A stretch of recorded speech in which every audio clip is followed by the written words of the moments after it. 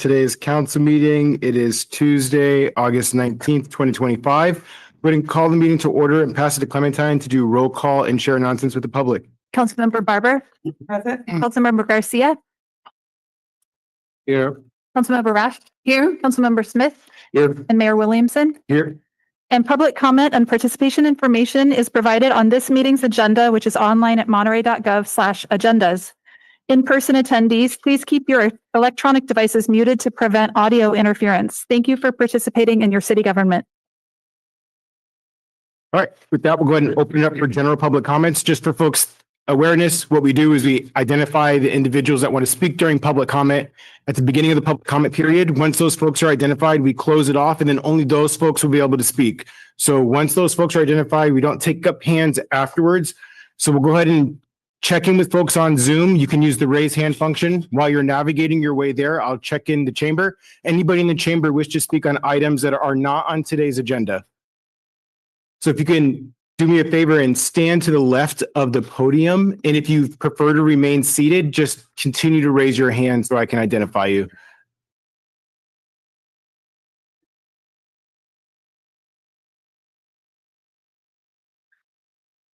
Okay, so I see three folks standing, four, and then there's one hand raised in the front row. Anybody else in the chamber? Okay, so we have the five in the chamber. We'll go ahead and close it off in the chamber, and I'll do a countdown for folks on Zoom to 5, 4, 3, 2, 1. And we have one person on Zoom. We're going to go ahead and leave it to 2 minutes. We'll go ahead and start in the chamber, please. All right. Thank you. Thank you, Mayor. Thank you, council members, city officials, and Leo. I'm Judy. I am a Monterey citizen, but I am also an event worker in Monterey. I just want to say I love cars. Thank you. Keep them going. I have a note, though, however, it is from a participant in the event. And if I could share it, it would be about trailer parking. I told him I would bring it to you all because I am in the city of Monterey, but he wanted to have some type of a resource on the website so that the trailers that are towing the vehicles have somewhere to park, because some of them are coming from a long way and there's no collective resource for them that's available right now. I will share the contact information. But also then he had a comment on the parking safety from me. I loved Car Week again. I came 20 years from Reno and Hot August Night. So I love this continuation. Let's keep it going. Provide some shuttles, increase the safety, get on Seaside, and let's keep it going. Thank you very much. That's a nice way to end it. Thank you for your public comment. Go ahead and go to the next speaker.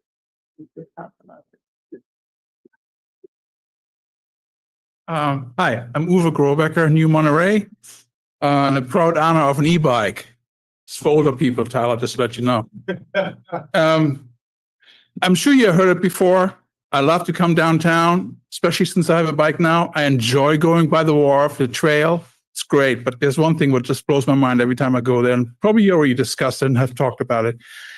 The big trail between Sun Carlos Beach and wharf parking lots needs a maximum 10 miles speed, or maybe even 5 miles speed limit, and a clear separation between bike and walkway with a buffer zone using low scrubs or something to make a clear colored bike difference between walking side and bike side.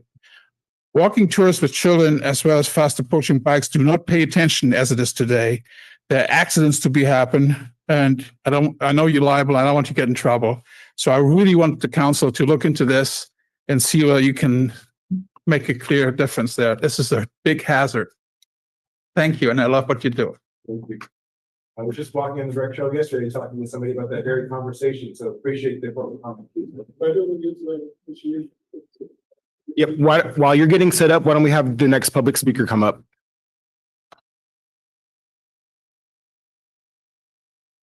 Hello, my name is Marcia Ranzullo, resident of Monterey.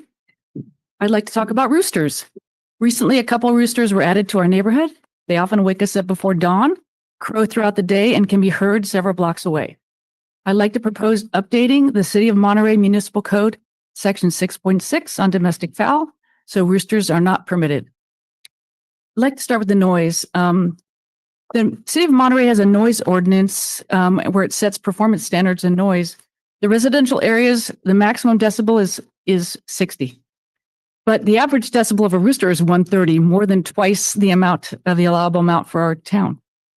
In addition to excessive noise and disturbing the peace, roosters can be used in cockfighting, cause public health risk if waste is not managed properly, causing smells, inviting pests, and are able to pass diseases to humans. We do have an ordinance, but the 6.6 on restrictions of keeping domestic fowl, but it's very broad. And I'd like to see if we can get that tightened up so that roosters are not permitted. Proposed solution, update that section 6.6 and allow egg laying hens, but roosters are not allowed in the city of Monterey. Let's follow what Marina and Salinas are doing. Both these sister cities do not allow roosters. Marina allows egg laying hens, but does not allow roosters. And actually the city of Salinas does not permit either roosters or chickens because they don't have the animal control resources to help monitor and maintain these items. So let's help create a peaceful and harmonious community. Thank you. Thank you.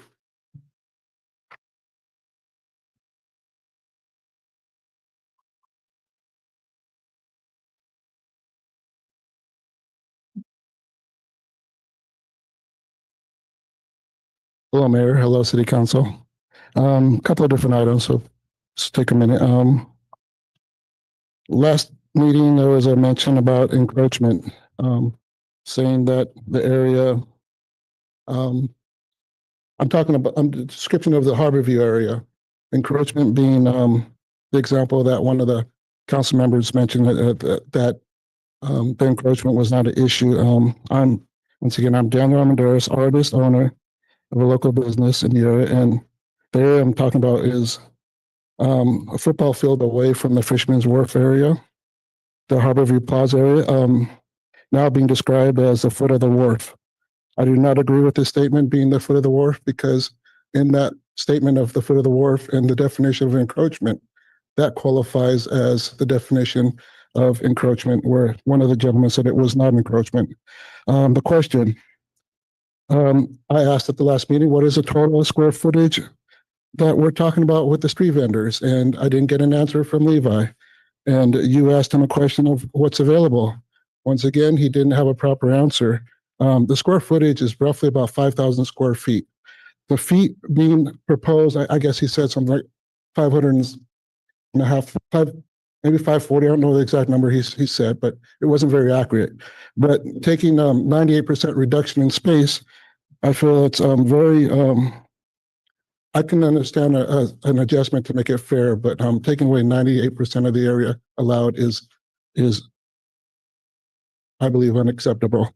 And also real quick, I would never address, the city manager never replied to my complaint or assessment. Several members are not currently or have, and maybe I can ask a question, have they taken their sensitivity course? Because it's required every 2 years. And I've seen several times where the business members have acted unprofessionally. Thank you. Thank you.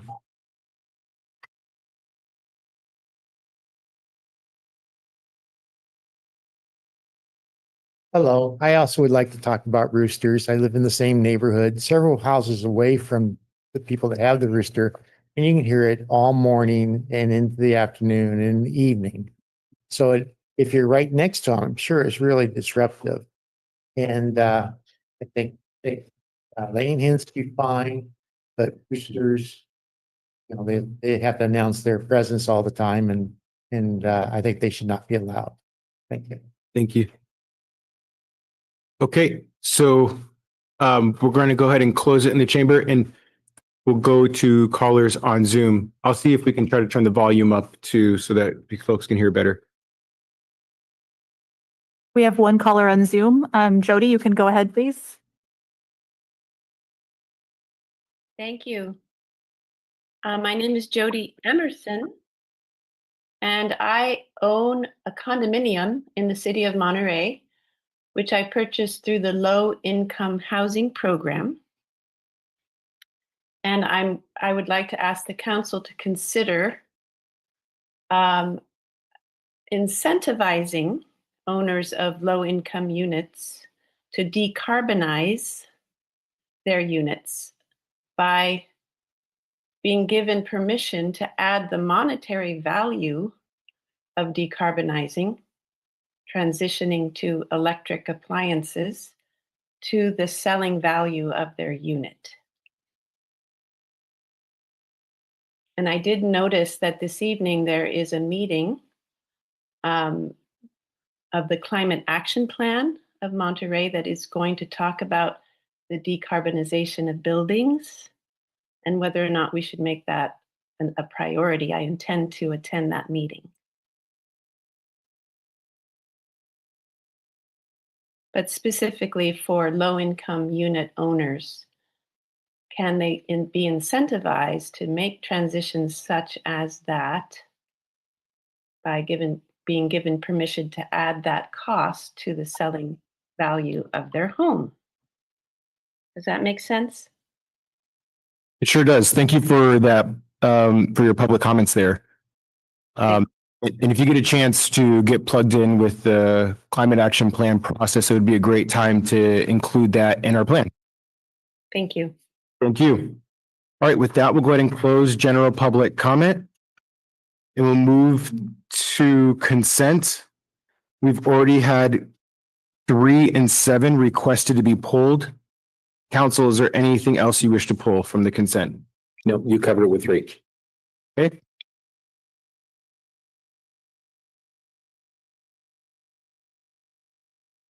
Hans, any further items to be pulled? No, nothing further Okay. to the best of my knowledge. Okay, we'll open it up to the public at this time to see if there's any additional items that are requested to be pulled. So we'll check for folks on Zoom to use the raise hand function. While you're navigating your way there, I'll check in the chamber. Anybody in the chamber wishes to pull anything from the consent other than item numbers 3 and 9? 7. I'm sorry, 7, 3 and 7. I apologize. SB9. That's my dyslexia. Okay, I'm not seeing any takers in the chamber, so we'll go ahead and close it off in the chamber and I'll check on Zoom. We'll do a countdown to 5, 4, 3, 2, 1. And there's nobody on Zoom. We'll bring it back to the council for motion and deliberation. Second. Been moved and seconded. Any other discussion? All those in favor? Aye. Any opposed? Motion passes unanimously. With that, we'll move on to item number 3, approve second reading of ordinance amending chapter 33 and chapter 38 of the Monterey City Code to implement and the provisions of California Senate Bill 9 and Housing Element Program 1J, allowing for ministerial approval of qualifying residential developments and lot splits. With that, I'll pass it to Hans for staff presentation. Yeah, thank you, Mr. Mayor. My suggestion is not to have a staff presentation. We just had this 2 weeks ago and just go directly to the questions. Okay, are there any questions on the council? Yes, if I may, please. I got a couple of questions that came through some emails and some phone calls. One of them is, and let me just highlight so the public knows what we're looking at tonight is we're considering the second reading of the Monterey City Code to implement the provisions of California Senate Bill 9, Housing Element Program, and allowing for ministerial approval of qualifying residential developments of lot splits and commencing with section 2100 of the public resources. So as we discussed it a couple of weeks ago, the question I have for the resident was, if it's acted on tonight, when will it become effective and put into law in the city ordinance? So if the city attorney could give us a highlight of what the process is. Right. So it would be effective 30 days from today. Okay. Okay. And so as we had talked before, when we do an ordinance and it passes the first time, then we have to wait 5 days to hear it a second time. The second time is then the second reading. And then 30 days after that second reading is when it becomes law. Correct. Okay, thank you. The other question I had was, they were looking at this ordinance tonight, but it did not have the component that they were after, which was the area that staff had presented, the requirement of home ownership on the site. What was the period of time that someone had to be a resident if there were 4 or 6 units built on the property? And what was the total number if it was 6?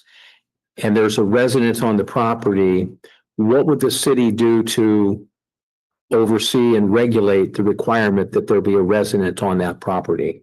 So that's the question of staff. What will we do to regulate that? And is it true that the resident's got to be present on the property? Can you hear me? Yes. So the occupancy requirement only comes in when there's a lot split.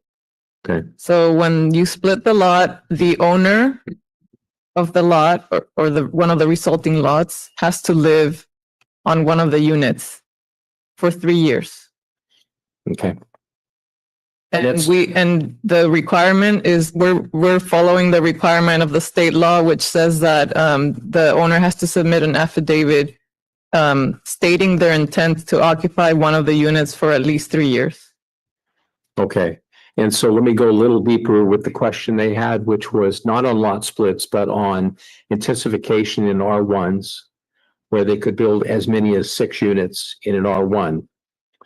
There is no requirement that the owner of the property reside on that property on a situation of 6 additional units plus the R1 residents. You can only achieve 6 units if you do a lot split.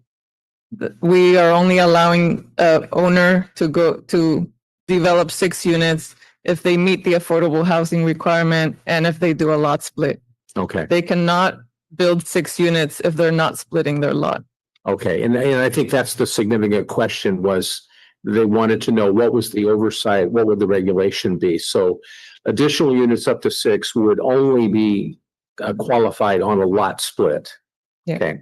And then the other nuance to that question was the area that you covered in the presentation was if there were multiple lots that co-joined that property.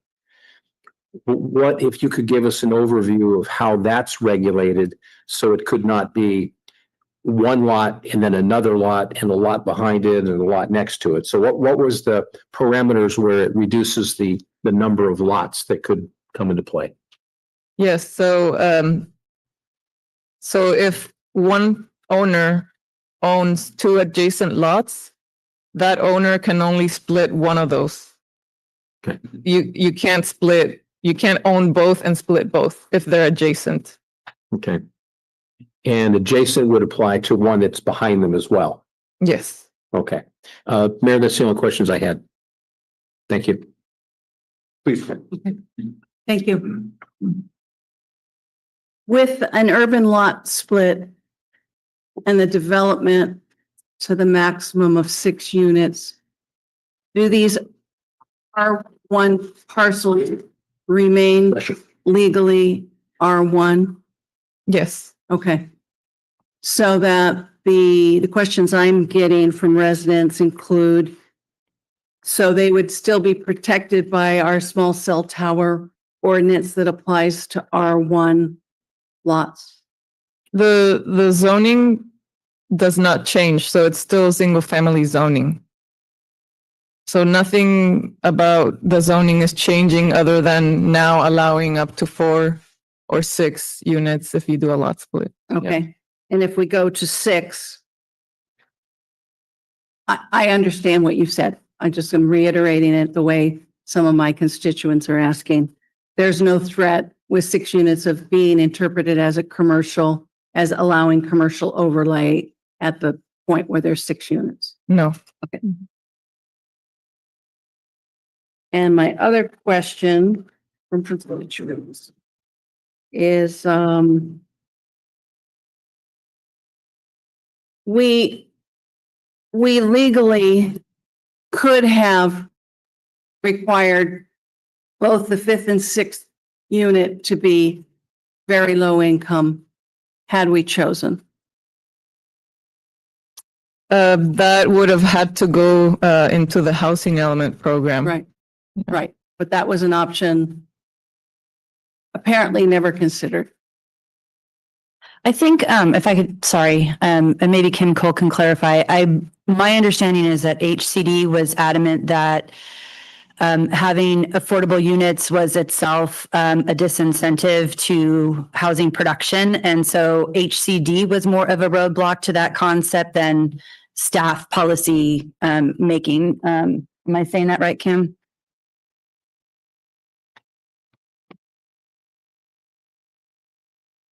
That is correct. And we're also seeing that interpretation in other areas. Even the concept of inclusionary housing, which, as you know, we have an ordinance that requires 20% be deed restricted in perpetuity. There are arguments out there and thoughts that that actually decreases housing production by putting that on the developer. So it's unclear whether I think HCD would have had a significant concern if we would have required 2 of the units to be low income. Right. Thank you. And I appreciate the discussion because I'm trying to highlight the inconsistency between having a state law that's reaching to provide very affordable housing, and yet we are afraid of alienating people with low income housing. I mean, it doesn't fly. SB 9 does not really address the challenge of achieving very low income housing. So what we're dealing with the questions from the community are the inconsistencies in achieving the goals. So thank you for that. That's my only 2 questions. Thank you. Please. I have a question for city manager, a question that is coming up from residents as well. And I remember there was mention of this in our last meeting. So if you would reiterate for the public, conversations around other cities that are currently in litigation relating to this. I know we can't tell the future, but from what you see now, is there any benefit in us waiting to see what happens through that litigation with other cities as something that potentially could impact our decision here? The way the process works is we are bound to legally comply with SB 9 as written now. If the pending litigation, which involves 5 charter cities, and it's on appeal right now, it's been fully briefed. Oral arguments will next be scheduled, and then there'll be a written appellate decision. And if it's a published written appellate decision that says SB 9 does not apply to charter cities, then the city council might be able to revisit its policies at that time. You may decide to maintain what you've done or not, but largely that's going to depend on what the decision says. And so that's coming. But in the meantime, we have to comply with SB 9. Dr. Barber, did you have anything? Give me 1 second. I just have to write my thought down.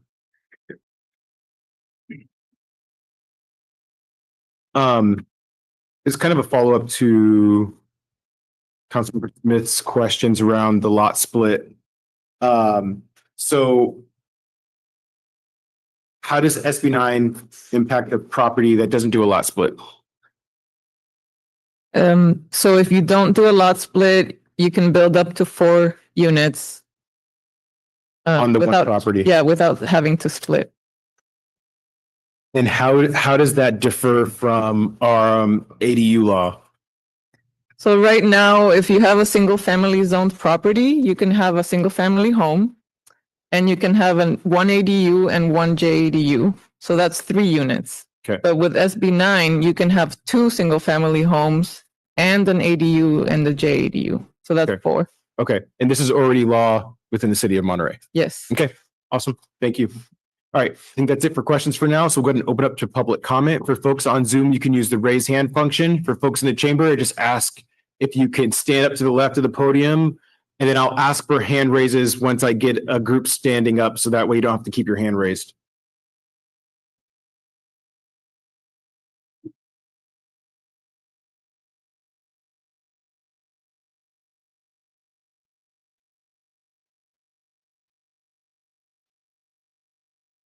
So I see 7 folks standing. Anybody else still sitting that wants to speak on this item? So I have 8. Anybody else in the chamber? All right, so we just have the 8 folks standing. We'll go ahead and close it off to those 8 individuals. I'll do a countdown for folks on Zoom to 5, 4, 3, 2, 1. We have 4 on Zoom. Go ahead and do 3 minutes, please. Mayor Williamson and council members, on August 5th, I spoke in opposition to the implementation of SB 9 that included the incentive to expand the number of units to 6 if one unit was permanently deed restricted as affordable. As many speakers noted, there is no urgency to approve this ordinance as the issue has yet to be decided by the appellate court as to how SB 9 would apply to charter cities. City staff noted that there's been limited outreach to the public explaining how this would affect all R1 neighborhoods, nor any explanation as to how the city would control the deed restrictions affecting private property sales. All public comments ran 3-1 in opposition to this amendment. But as soon as public comments closed, Mayor Williamson made a motion and denied the council an opportunity to further discuss this amendment. Council members Rash, Smith, and Barber all seemed to have concerns about the incentive for 6 units, as did the public. But the mayor stifled any discussion with his rapid motion to approve the amendment. It was obvious Mayor Williamson did not want further discussion. This move by the mayor is disrespectful to his constituents as well as the council, and sadly feels closed-minded to a discussion of other options, such as adopting the 4 units as required by the state, waiting to see the outcome of the legal court challenge, or simply waiting to allow more time for outreach to the public. This code change could have serious detrimental impacts on our residential communities. Where is the funding for infrastructure? Where is the water for these developments? How does the city plan to deal with deed restrictions? I urge the council to table this amendment until the city has reached out to the R1 neighborhoods about the effects of this densification. This will also give time for the neighborhoods and residents, the mayor's constituents, to understand Mayor Williamson's rush to amend this ordinance and his lack of concern in protecting our R1 neighborhoods and resident quality of life. Thank you.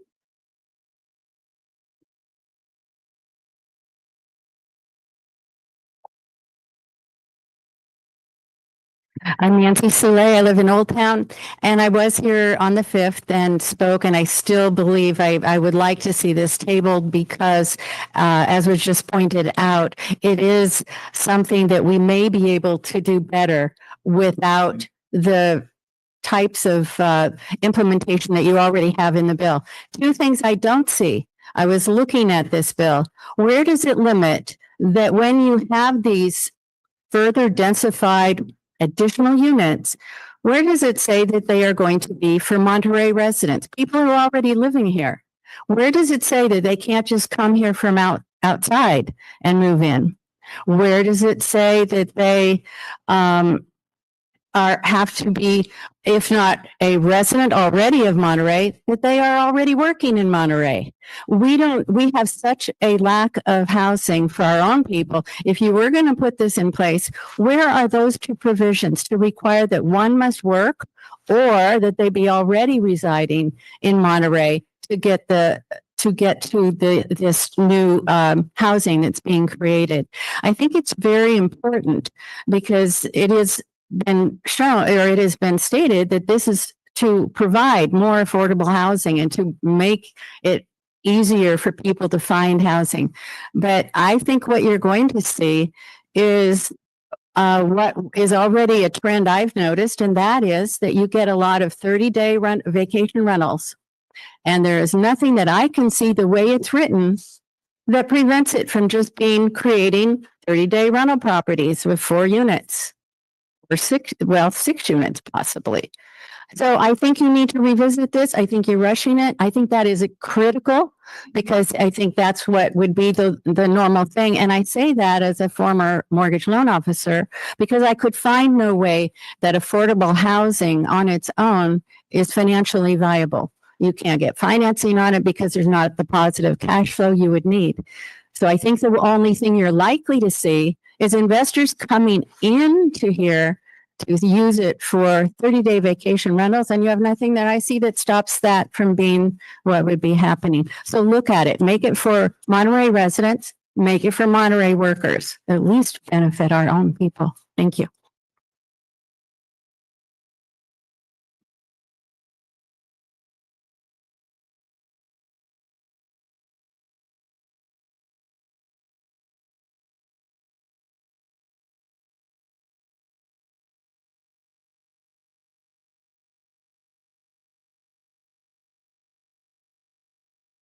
Mayor, members of the council, 36 years ago, after considerable research into the zoning, ability to walk within, heating, climate, and proximity to. Your mic is not on.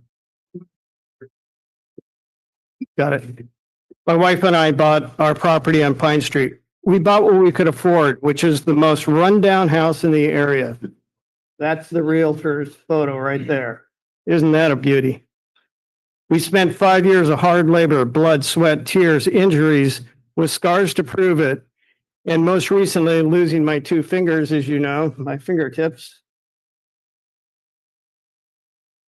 Building a new house out of that wreck of a house, safe in the knowledge that we are 1.5 blocks out of the apartment zone region. This is the result of our hard work. That's all by Gail and me. Personal work. Mayor, at the previous council meeting, you reiterated my comment that I don't want to have a 2-story house within 4 feet of my backyard. And you further stated that this is part of the problem. Everybody wants it in somebody else's backyard. Perhaps you don't appreciate the reasons for zoning. Nobody wants an auto repair shop, a laundry, or a fast food restaurant next door to their residence. As important as those businesses are, without zoning, one could pop up next door to any one of us. This illustrates why we have zoning. Good zoning is what people expect and depend upon for planning their lives and livelihoods. I've had the experience of living in a dense urban environment, and I don't want to return to that type of living. Zoning has never been easy to change for good reason. One of those reasons is that people plan their lives and livelihoods on zoning. Nobody likes negative changes in their lives.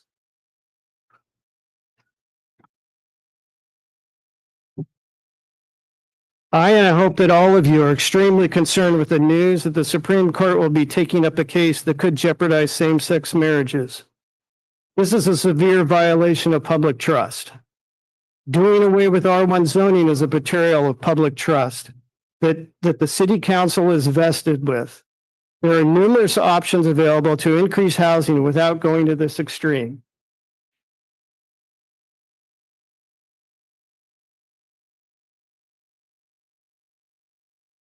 Do not adopt this ordinance and these ordinances and enforce the city, and instead enforce the city's charter rights and oppose this overreach of the state. At the very least, commit to repealing these ordinances if and when the state loses its appeal to the Los Angeles Superior Court case, which involving the 5 charter cities challenged this overreach. And I'd like to add that I believe the current ordinances that we have allowing the accessory dwelling units and JDUs goes too far also. I just think that having 3 additional units, this city hall chamber here is probably not much under 2,400 square feet. And you're talking about getting 6 houses in this space. Thank you.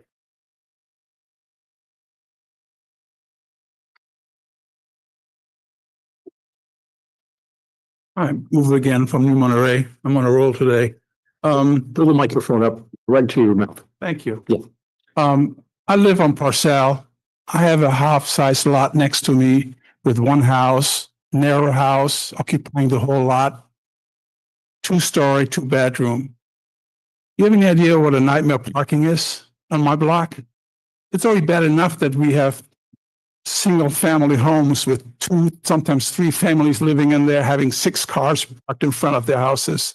If you split these lots and make them smaller, unless you want to put parking underneath the house, which is going to be a joke, I'm against it. So parking is a big issue. I'm with Watchmart. I lump several lots together and condominiums in there, 2-story, where you have 6, 8, or 12 different units, which from a constructor's point of view makes more sense, the cost of investing it, than having a single lot with 1 2-bedroom house and no parking. Thank you.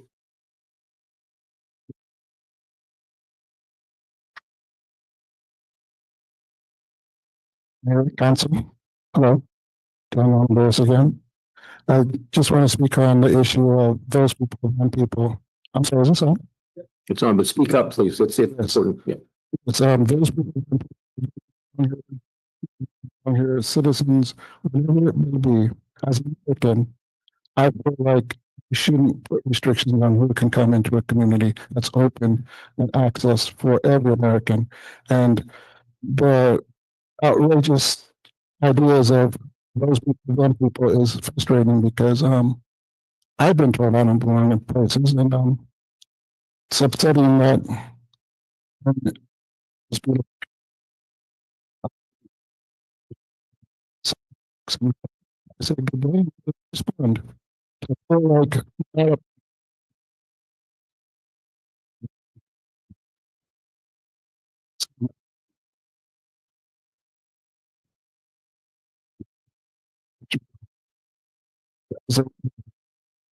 decisions.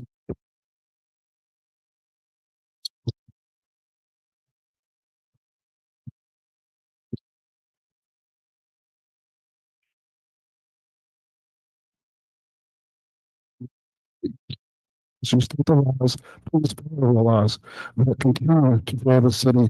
Thank you.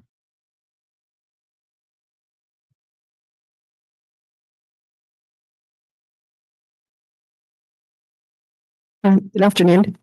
Is this on? Yes. Okay. As discussed briefly earlier, SB 9 is in litigation with the Superior Court holding that it's unconstitutional for the state to overreach into charter city issues. In the August 5th City Council meeting, there were public comments from residents asking the city to wait on a decision or go to only 4 units until the litigation is over and to join the litigation. These property tax-paying homeowners were ignored. This is a very complex issue and needs time to be fully and transparently discussed and reviewed with the residents before passing this update to the ordinance. Adam Pinterest, the Government Affairs Director of Monterey County Association of Realtors, has delivered his statement to the City Council that Monterey County Association of Realtors would like you to wait to delay this decision to update the ordinance to 6 units because it basically destroys our single family residential zoning, which is 1 to 4 units. Any benefit will be outweighed by decreased property values, more noise, more traffic, inadequate parking, less privacy, destroying aesthetic values, too many cars, less open space. Not to mention much more above ground wires to poles to individual units, separate smart meters, which means more background radiation from meters and Wi-Fi exposure from surrounding neighbors. Very high fire hazard zones are exempted from SB 9 development. Most of Monterey, Pacific Grove, and Carmel are in very high fire hazard zones. Overdensification to 6 units on each R1 will create even more fire hazard. And going to 6 units with only 1 low-income unit will not cure the problem of affordable housing for anyone, not for renters, not for the commuting workforce that crowds Highway 1 south every morning to come to work. I urge you not to update this ordinance, not to pass it. Thank you.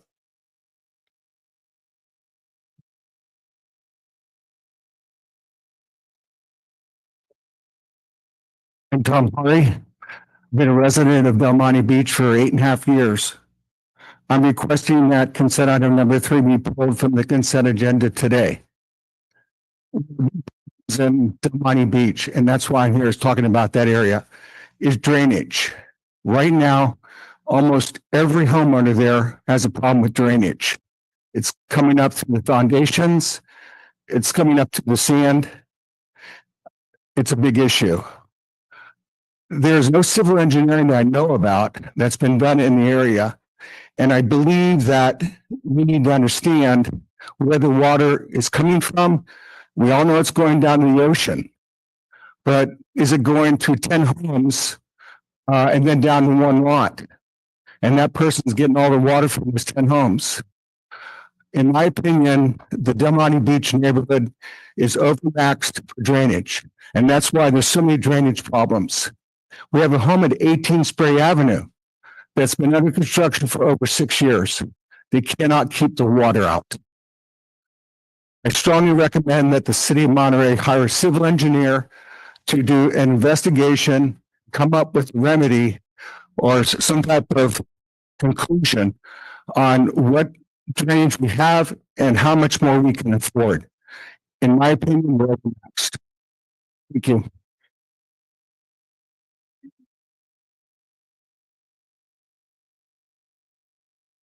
Hello, Marcia Renzullo. I apologize in advance if these already answered in previous legislation. This is my first city council meeting. My concern is, are there any minimum lot sizes for these regulations? I was curious about that. I heard 2,400, but I didn't know what the minimum lot size is on that. And also, I'm very concerned about the water sources. I've been a resident in Monterey for 13 years now, and I tried to get an ADU, but I couldn't because there weren't enough water credits. So something probably happened over the past 5 or 10 years. Maybe the water credits are available now, but I am concerned about where the water is going to come from and if there are minimum lot sizes for these R1s and then the lot splits. Thank you.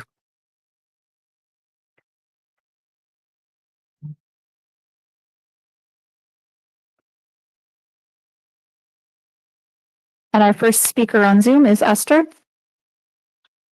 Good afternoon, everybody. I just wanted to make a comment that I made last time. This bill is from the Senate. Just wondering how many of the people that are coming here and blaming our mayor actually talked to John Laird's office and whatnot before coming and attacking our city council. And just want to make a point to what Jean said earlier. The way that all freeing up, once we have more ADUs available, Up a little bit, so if you might people will, locate it at, so we can hear you a little bit better. you can't hear me? I can hear you, but you're breaking up. Yeah, okay, let me try and check. I'll try and get in again. You sound better now for I'll what, leave Zoom. oh, maybe not. Okay. Well, what I was saying, did you hear my comment about contacting Laird's office? Yes. Okay, so the other comment I made is this jet coming over my house. So you won't be able to hear me. Hold on. You. Military jet Again. again. Why don't you hold off for a second? We paused the clock because we hear it as well. I can't hear you. Hold on.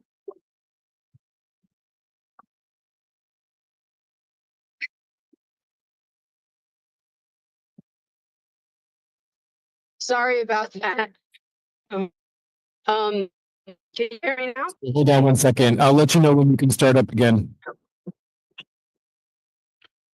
It's okay. I'm not going to be long. So You're good. Just couldn't hear you. So go ahead. We can hear now. okay. Okay. Sorry.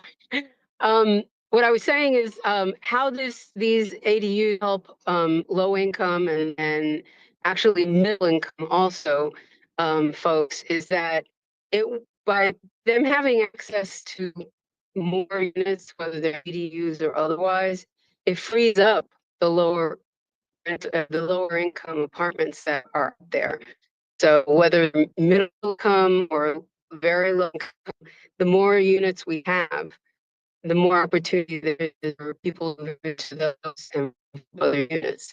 So everybody who's saying the only solution to our housing problem is to build more, that's a perfect example of how it's not that, people are going to be moving in there from, that are super low income. It's going to free up other units that lower income people can move into if these units are available. So just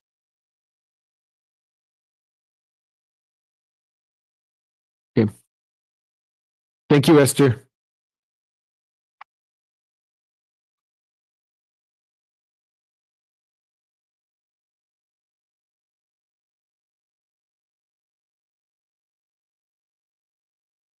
Our next speaker is Cecilia. Mayor, city council members, my name is Cecilia Oh, hello, good afternoon. Can you hear me? We can hear you. Okay, great. My name is Cecilia Moreno and I live in Deer Flats. And I spoke last on August 5th as well. I'm asking your council to not approve the second reading of the ordinances amending chapter 33 and chapter 38 of the Monterey City Code to implement provisions of SB 9. Again, I recognize the need for affordable housing for young families, young adults. However, these ordinances are not going to lead to an increase in affordable housing. I've seen what similar policies in Los Angeles area have done to those cities and neighborhoods, and I really don't want that to happen here. These ordinances will change the character of the neighborhoods in our city. These ordinances will lead to increased traffic, increased noise, increased pollution, and all the other problems that other speakers have mentioned. In addition, SB 9 is currently litigation. So finally, I guess rather than approving the second reading, I asked Monterey to please postpone the adoption of these ordinances until such litigation has been resolved in the courts. We don't need to rush into this. Thank you very much.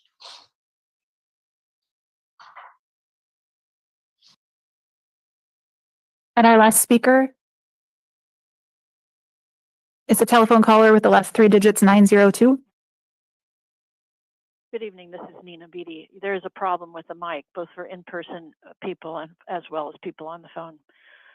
Though the Planning Commission got a PowerPoint presentation last month, you did not get a presentation last meeting. So just to clarify what staff said. And I also requested the City Council postpone adoption of the ordinance, find out again what legal action the city can take, including initiating its own lawsuit, and reject staff's proposal to increase densification to 6 units per lot, and also consider joining the draft ballot measure by the group Our Neighborhood Voices that will amend the Constitution and protect local decision-making, restore Monterey's authority, get rid of RENA, and preserve CEQA. We're hearing again tonight, SB 9 was a subterfuge. There was no intention by lawmakers or agencies to make affordable housing. It was disappointing to hear Landwatch's position last week. Investors can come in, buy properties. Blackstone is evicting people in different states, and homeowners and then turning things into rentals. And now they're, I guess, one of the largest rental management firms in the country. Homeowners must be present for only 3 years, but from what I understood from staff at a prior presentation, that could be retroactive.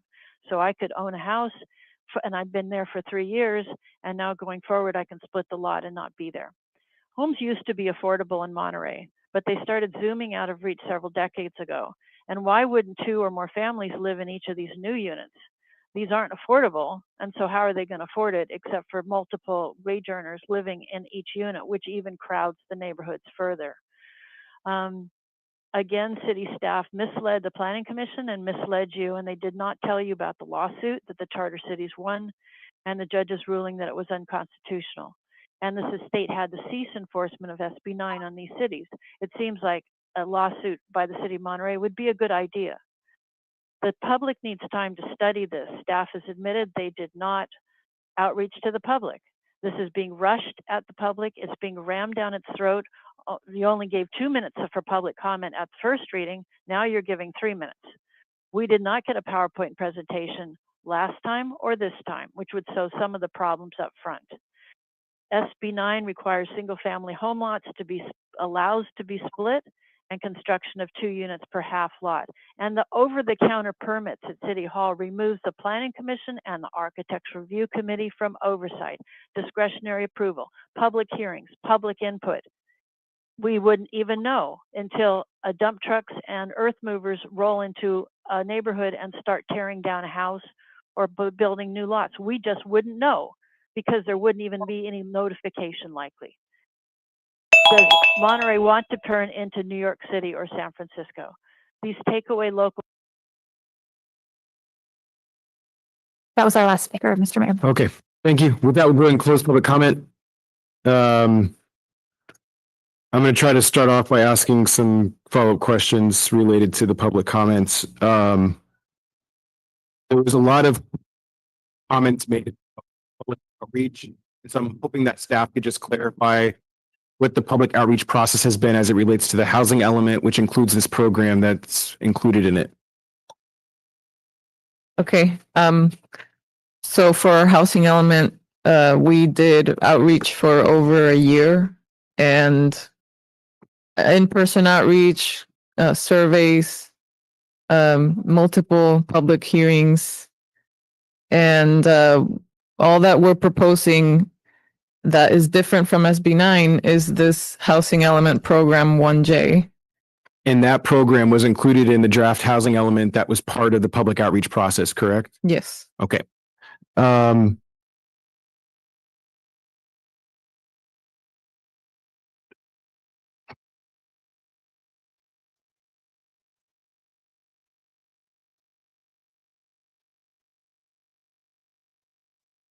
Sorry, I'm just trying to read through my notes here. There was a question around water.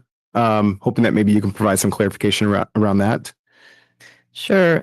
So any SB 9 application still requires to receive building permits.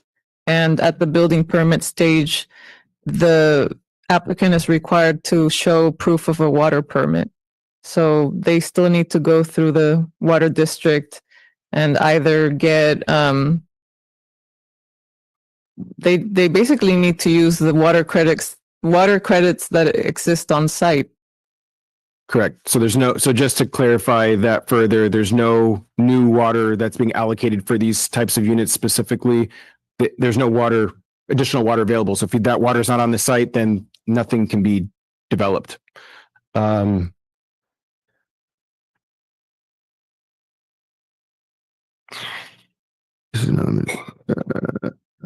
There was the comments regarding Del Monte Beach and drainage. I'm not sure if you could speak to that at all.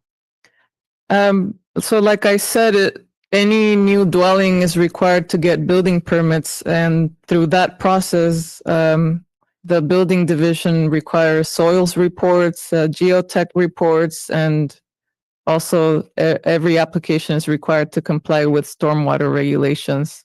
So through that process, should be able to resolve any drainage issues. Okay. And then there was a question around minimum lot size requirements. So through a lot split process, the resulting lots can be no smaller than 1,200 square feet.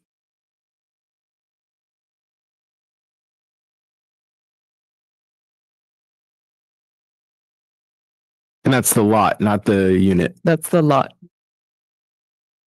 Okay, I think that's all the questions that I captured from the public comment. So we'll go ahead and open up to the council for a motion and deliberation. Who wants to start us off? Go ahead. Please. So thank you so much to everyone online and here in the dais. I did have a question. I know you captured most of them, but was curious as to one of the questions, I believe it was Nancy had asked about where are the provisions for like new housing for people are to come in, whether they work here or whether they already live there. Is there a provision or some sort of process in place? I think that was one of the other questions. Units that result from SB 9 approvals, they don't have a requirement that only existing residents have to occupy them. Anyone can occupy them. Okay. I just wanted to make sure we had that clarified because it was a question that was there. Yeah. And if there's a lot split, again, the owner has to live on one of the units for a minimum of 3 years from the date of recordation of the parcel map. Okay. So that's all part of that. That's for the owner, not for who else would be in the other unit. Yeah, that's just for the owner. Could I ask a follow-up question to that? Because I particularly appreciate the idea in theory. And in fact, this is something that I've been pushing for with all of our housing programs, was to try to create a prioritization for people that either work or live here, because I recognize that increased density is uncomfortable for a lot of folks. But if it goes towards addressing the issue of our community that there's more willingness to go through that. So does anything preclude us from being able to include that as a requirement as part of the program implementation? Would it knock us out of compliance if we were to add that piece? Is my question. I'm not sure about that. Okay, so Can we- can someone, is there Can we, some help coming? Phone a friend? Yes, excellent question. So the state law as written does not require any local preference. So in order for our local ordinance to be consistent with state law, we would not be able to require that. Oh. Thank you. Sure. So that kind of, it brings me right back to where, Sorry, can I ask one follow-up to that? mhm. What about program 1J though, specifically related to the 6 units as opposed to the 4? Yeah, so I think that would go back to Kim's earlier comment about HCD, seeing that as a further impediment to additional housing.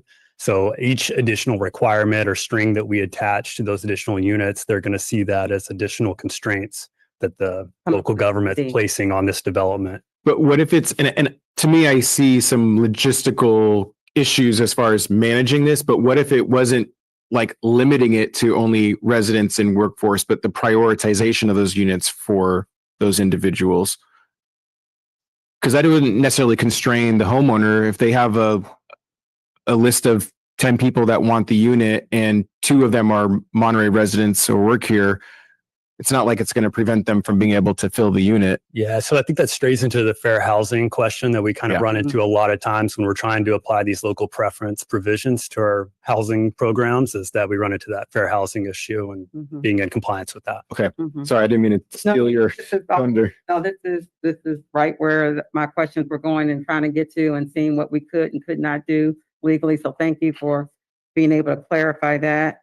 That's all my questions as far as getting a handle on some of the things that we can or cannot do. It's still going back to the legalities of it.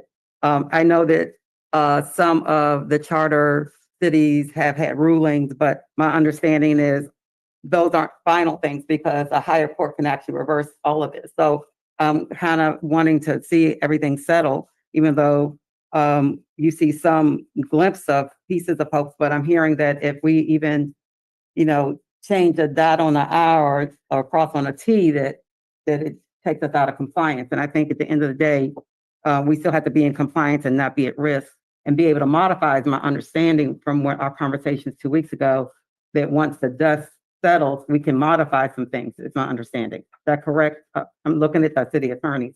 I know just in case somebody else said. Yes, it'll depend on large part what the ruling says, but if the ruling says SB 9 does not apply to charter cities, and I think that opens the door for new policy decisions or revising existing policy decisions. Okay. All right. Thank you. I think since you already are on the mic, I know, and it kind of has to do with some of the comments that Ms. Beatty said, and I was just hoping that maybe you could provide some additional flavor for us there. Yeah, sure. A public speaker has twice now insinuated that staff was making deliberate, intentional misrepresentations to the city council and to the public by some omission of any discussion of this pending litigation. And so for the public's benefit and the city council's benefit, I'm sure you already know this, we did have no less than 3 full paragraphs addressing the litigation with specific case numbers, dates of rulings, the impact of those rulings in the August 5th agenda report. So there's been no such omission or lack of information provided on that pending litigation. So thank you for that chance to clarify that for everyone. And for whatever it's worth, there's been much communication shared from our attorney's office with the council, which is protected attorney-client privilege, but there's been a lot of communication from our staff to the council on this. And I think we've been well informed on this, probably more so than most issues. So I just want to give our staff all the kudos for their due diligence in making sure that we're well informed on this topic. All right, with that, we'll bring it back to the council for any additional comments, motion, please. A couple of questions. I think I'll go back to staff. So I want to clarify my mind that moving from 4 to 6, the current law does not require us to move to 6. Is that correct? The Senate Bill 9 law does not have the 6, the affordable incentive to go to 6. That is a City of Monterey proposal. Yeah. So the question I have is, how did we get from 4 to proposing to the city council to go with 6? Was that a staff suggestion, a council member request? How did we go from 4 to 6? Sure. So as a recap, as everyone here is aware, we received a very sizable RENA allocation whenever we were going through the housing element process. So as we were working with HCD on how to identify appropriate sites and what programs would be necessary for them to certify a housing element that addressed our RENA allocation, this was one of the programs that came up through those conversations, was a way for the city to go kind of beyond what SB 9 as a state law allows in order to incentivize more units. So that's how we got to the point of, expanding upon what SB 9 allows, which is 4 units on a single lot, and going to 6 units and then having that affordability requirement. So that's how we got to that point from 4 to 6. Also, just I know there's been a lot of conversation about whether or not we can add more affordability requirements or whether or not that makes sense or why we wouldn't. And I would just remind everyone that of our 3,654 units RENA that we received, a total of 1,946 were low and very low income, which means the additional 1,700 is moderate or market rate units that we were still identified as being in need of. So it's an across the board housing need in the city. And so the housing element that was approved of in October of 2024. That's correct. Included the suggestion that the city could, but it was not something that the housing element said that we would do. It did, in fact, say that the city was, so all the programs included in the housing element were the city's commitment to carry out those programs in a identified time frame approved by HCD. So a general statement is, we promised the state that we're going to figure out how we can move forward with a lot of these suggestions. That's correct. So want to make the correlation between the HCD, that housing element has been approved. What happens if we don't act on this and we postpone this for 6 months? Operationally, when does your phone ring? When do you receive an email, or do you? Because we've already got an approved housing element.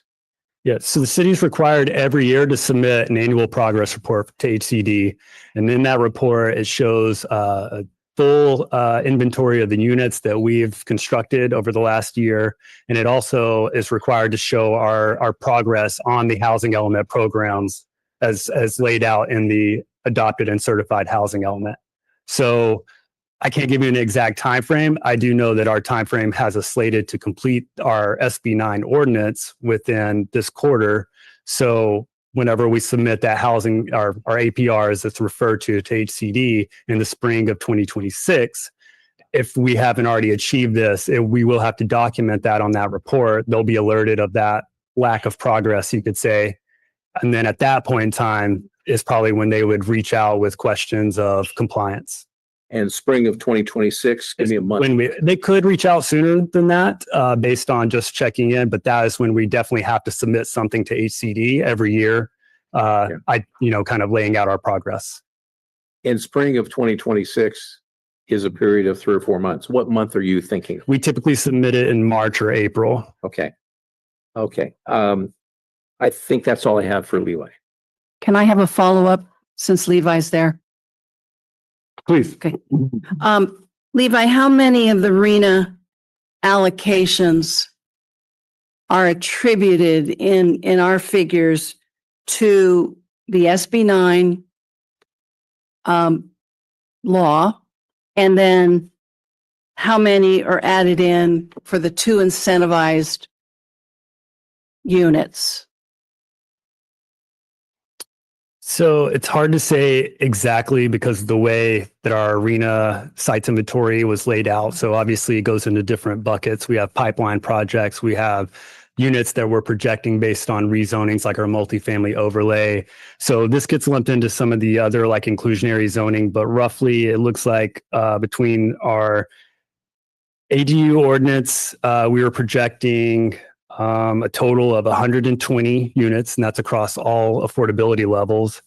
Kind of another inclusionary reallocation gets us close to about an additional 37.5. So it looks like we didn't have, and then our local density bonus is an additional 200. So it kind of falls into there. Those were kind of general projections that we made for these kind of smaller zoning updates that we were going to do.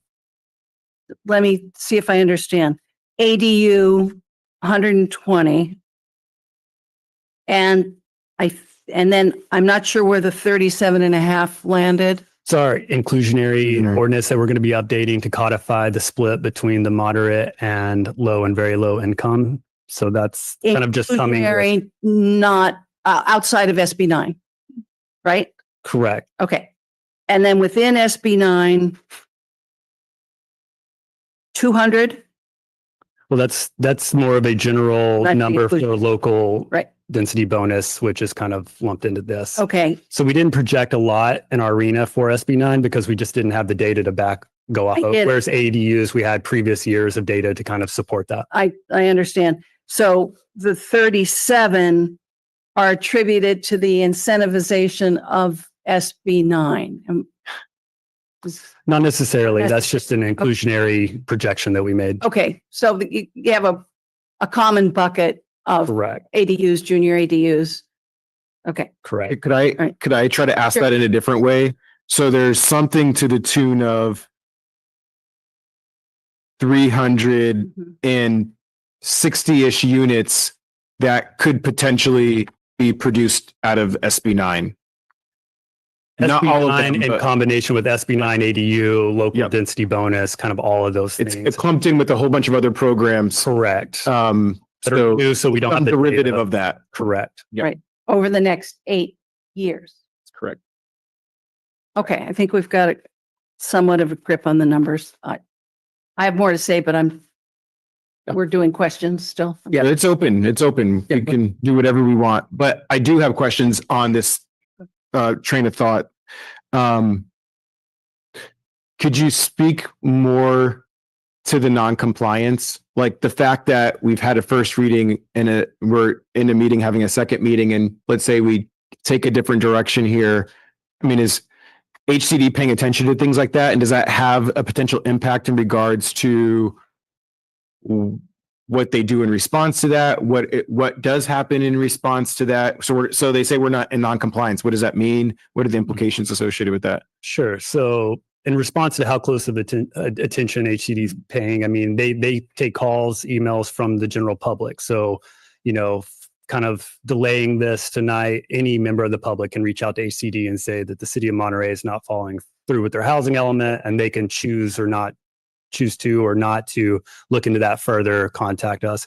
We are required to submit our rezonings that are being made in association with the housing element implementation to HCD for review. So they do review those pretty closely. They do comment to us on those ordinances after we've adopted them. So they know that as we make progress, we are submitting these for review.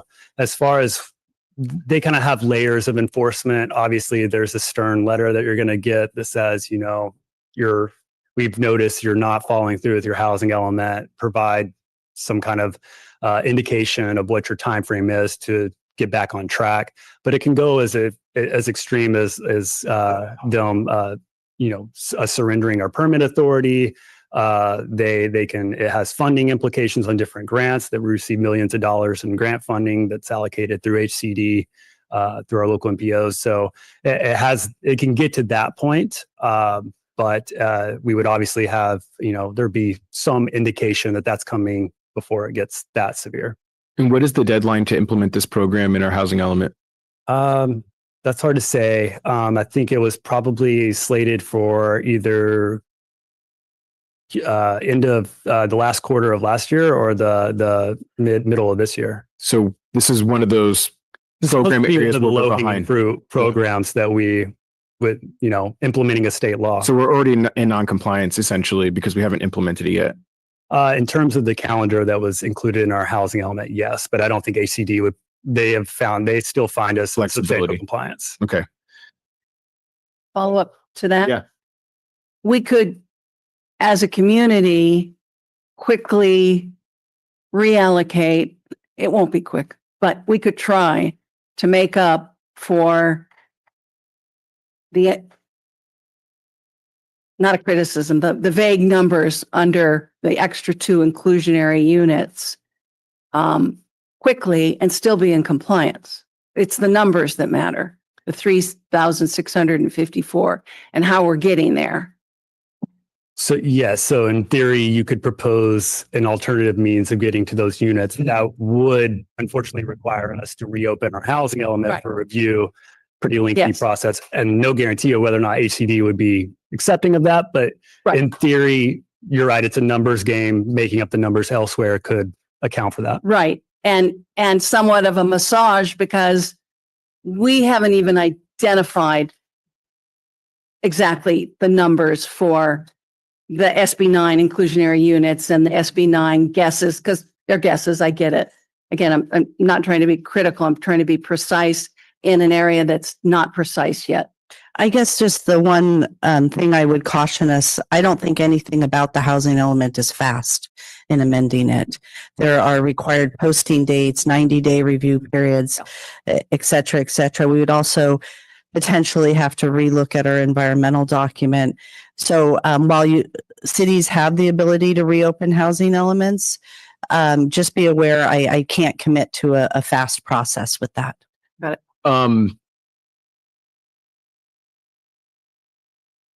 Gosh darn it, the question left me. It's there. How many applications have we had for SB9 related projects in the city since SB9 has been in law? I believe we've had 5. And when was SB9 implemented? When did it become law? 2021, I believe, is when it was passed and effective 2022. So it's been over 3 years. We've had 5 applications. And how many of those applications have actually broke ground on a project? Broken ground, I believe none. Okay. So we're okay. I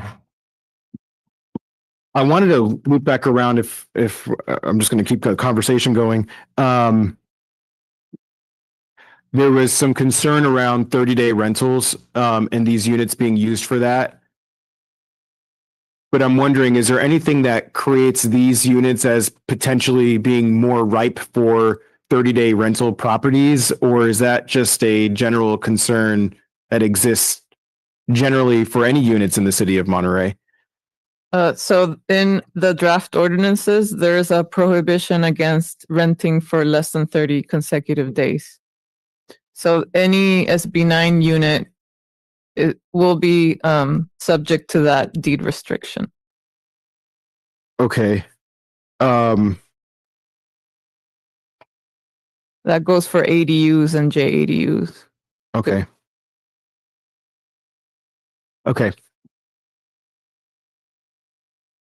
Well, I've got some more comments if we're please, we're ready to go yeah. the round. So I want to just say how ironic it is that we're talking about R1s that the state is still expecting us to call them R1s, which is one family.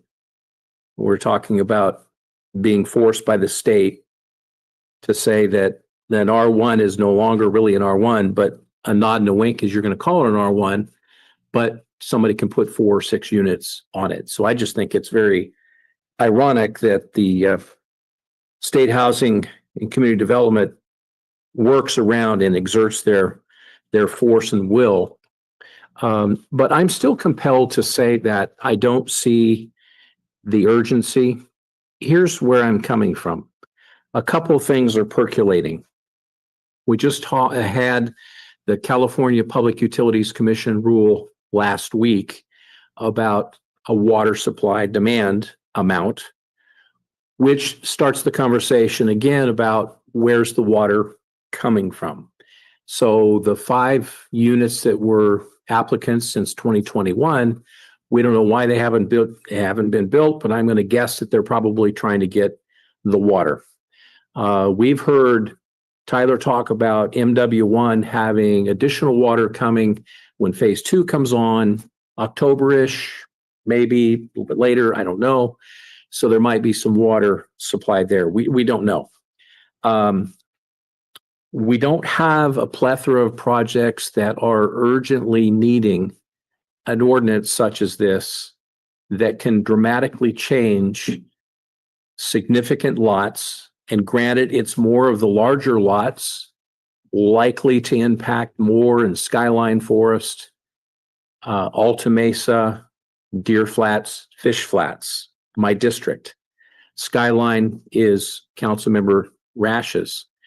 But the significance to me is I don't see the urgency. Staff has indicated that a potential housing community development look would be in the spring of 2026. I'd like to see what happens, plays out with the challenge by other sister cities that are challenging this. And at the appeal level, we don't know if it'll go to the appeal and stay there or if it goes to a published and to the Supreme Court. But I just would like to see that play out. So I'm not compelled to move so fast. I don't see the harm in waiting until January to give these things an opportunity to sort of play together. There's too many things on the table, moving parts with water and applications and also the court action. So I don't see any urgency. I want to try and understand something that I appreciate Levi and staff answering the genesis of this coming from the strong suggestion from HDC in the housing element. So the issue is why change the chapters 33 and 38 to move to such a great number when it has the potential and far outreaching the public's awareness of even what could potentially be coming to them in a neighbor near you. I don't think the public is even really paying attention to this just yet. The housing element went through, the staff did the outreach. These things get buried, they get lost. The public's not really seeing this. They paid attention on August 5th. They're obviously paying attention again tonight. We have again speakers again. We have call-ins. We've gotten emails. I get several phone calls and had several conversations. This is alarming to residents that are concerned about a significant change to their community in those larger lot neighborhoods where they've purchased, invested, and they're okay with ADUs. I haven't really heard of a complaint of an ADU from a neighbor in the backyard. There's one in my neighborhood, but I'm hearing a lot of concern and fear that this has a manner of significantly changing the neighborhoods and the quality in the neighborhoods. And that's really what this is about. I think we should wait, and I think we should postpone this until January. And if this does pass, and my opinion is not on the top side of the vote, I would think that an appropriate motion should include that should this prevail in the courts, we should have a requirement that this come back for discussion again, because if it loses at the court, then this council should revisit whether we stay with this, because we would be an outlier. And then I think that this council as a policy should see this again after the court decisions have been delivered. And just to summarize it, then I'll pass it on. This is a move that really just pushes everything to be considered as a monetized effort. And our neighborhood shouldn't be that way. I understand a neighborhood might remodel it, they might add an ADU, they might even have a big enough lot to do 2 ADUs. But the thought of 4 or 6 in a large lot, taking away the protection of an R1, the R1 then means nothing. The R1 is then out the window, and now it's an R4, or it's a C4, or it's a C6. And we can call it an R1, and it's an overlay, and it's a forced bias with legislation from SB 9, but I just think that it dramatically changes what our communities are like today. If you went back to 1940, and I had some relatives that were here, they were struggling for housing, and there was unmitigated and unregulated housing builds and in density in Old Town, Franklin, Jefferson, and all the streets up there. And we see how crowded it is now. And there's a lot of those lots that have absolutely everything in their backyard is nothing but concrete and apartments. I don't think we should allow that in Alta Mesa, in Deer Flats, and Fish Flats, and the other neighbors that have these larger lots. We have an opportunity to postpone this, to do our part as policymakers, and not just buckle down to everything that the state pushes and demands. And if we have an opportunity to wait till January, February, and there's no looming consequence, my preference is to postpone this until we know what the court is saying. Okay, Dr. Barber. I totally understand and agree with all that and the concerns that I brought up earlier, even back 2 weeks ago, same thing. But in lieu of what's going on here, and so that we can be able to be in compliance, I would make a motion to accept this today with the caveat that we bring it back after the legal ramifications are settled for us to be able to revisit. That's my motion. I can go ahead and support that with the second. Okay, so Are we still taking comments? absolutely. Okay. Can I just ask Sure. for a clarification? I think what I heard Ed speak to was if the litigation prevails, then to have it come back, not regardless of what happens. Like if it fails, then I Right. don't see a purpose. That's the clarification. That's what I mean. Okay. Yeah. Okay. So I just wanted to, maybe we can clarify that and when we finalize the motion.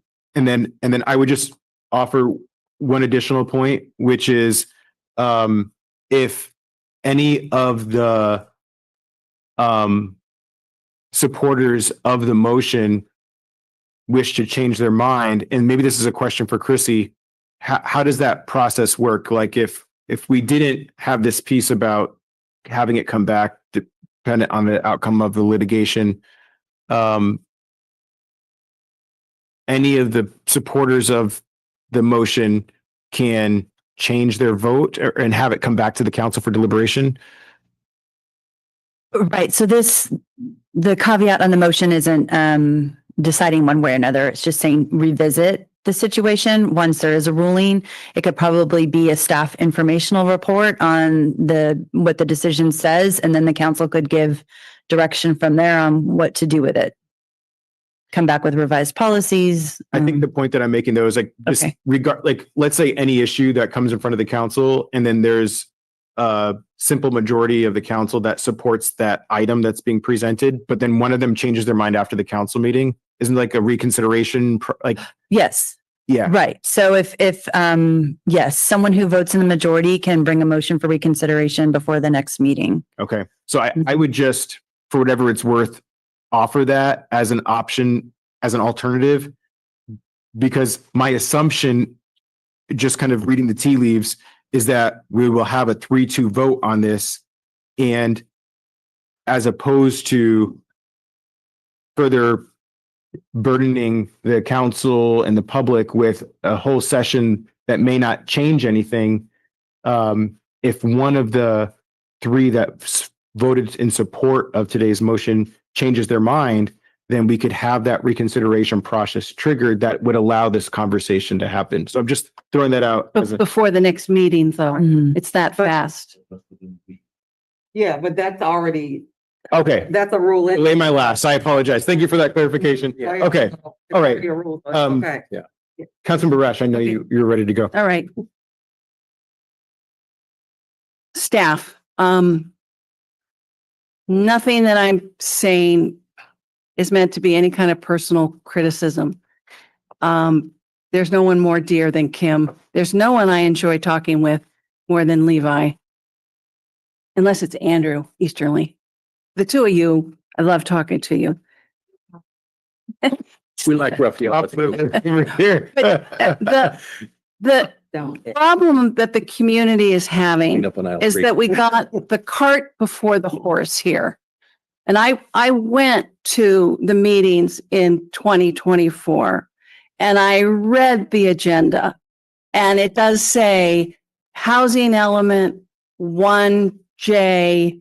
It doesn't describe it, and it says no progress yet. And I asked about that. And I said, I understand this to be a change of zoning to 6 units, and it hasn't even come before the public.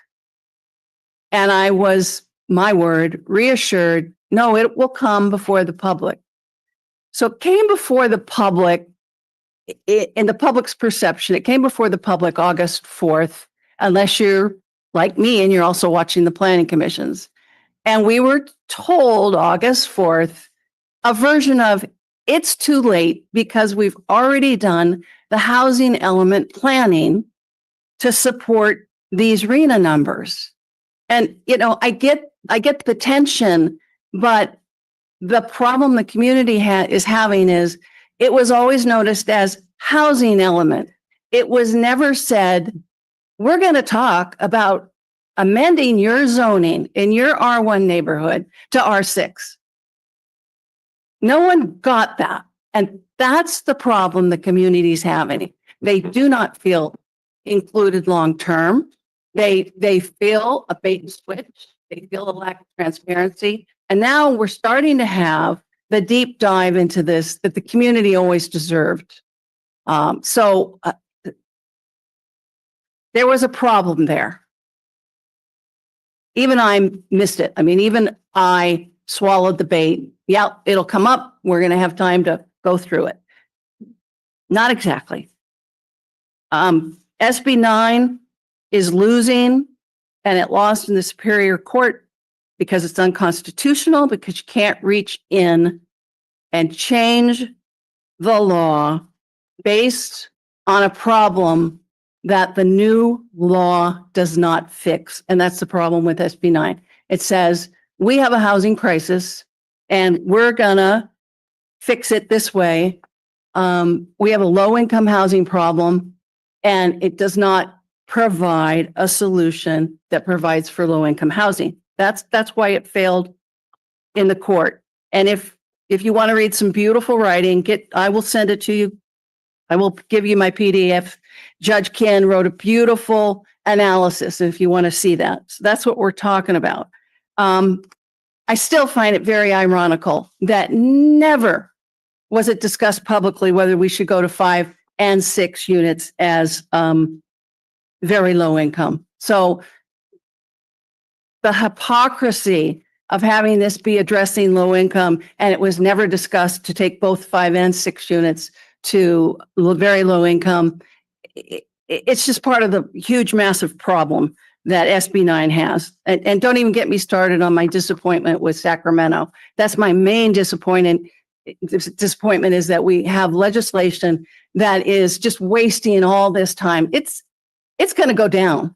It's going to go down at the appellate court, probably go to the Supreme Court of California. I predict it'll go down again. So we have an imprecise law that now we're arguing about. So that's very frustrating. I hope again that we will hold to just the mandated 4 units tonight.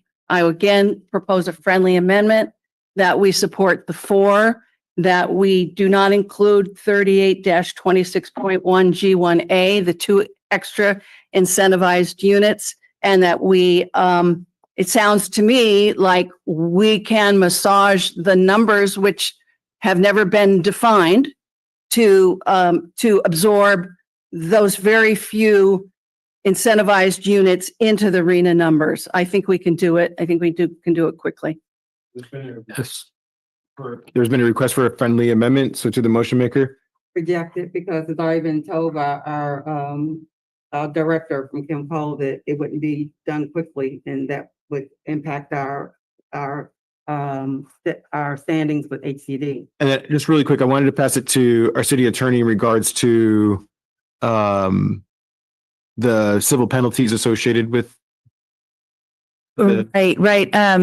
Levi did cover a number of penalties. In January of this year became effective a new law where Attorney General can bring an action against cities that are non-compliant with the housing element or SB 9 and all of these other measures intended to facilitate housing. The consequences can be minimum $10,000 per month up to $50,000 per month in the legal action. So it's a factor to consider in addition to what Levi said were also consequences. Okay, thank you for that. Councilman Garcia. Thank you. I just wanted to take a moment to explain a little bit why I'm supporting this. So it definitely has been an educational conversation here, and as we know, it's a very layered conversation, which is why we're still having it. But not much of what I've heard here this afternoon, this evening, has triggered anything that would make me change my mind from what we spoke or what I shared last time, last meeting. I think there's a lot of fear around this in terms of if council moves forward with this, that all of a sudden our just density is going to skyrocket. I don't see that happening, even with the interest from property owners, folks who support this. There aren't folks lined up to start building, and for the various reasons that we've shared here tonight. So I think we have an opportunity here for those folks who might be interested and might be ready, to provide a little bit more support for them to do that, to build additional units and still keep it in a very controlled way as to still maintain the character of our neighborhoods, which I know is also a concern. There are parameters in place that again allow us, I think, to have this be more of a controlled move and controlled increase in units. Spoke about properties that are or the inability to build on properties that are adjacent, right?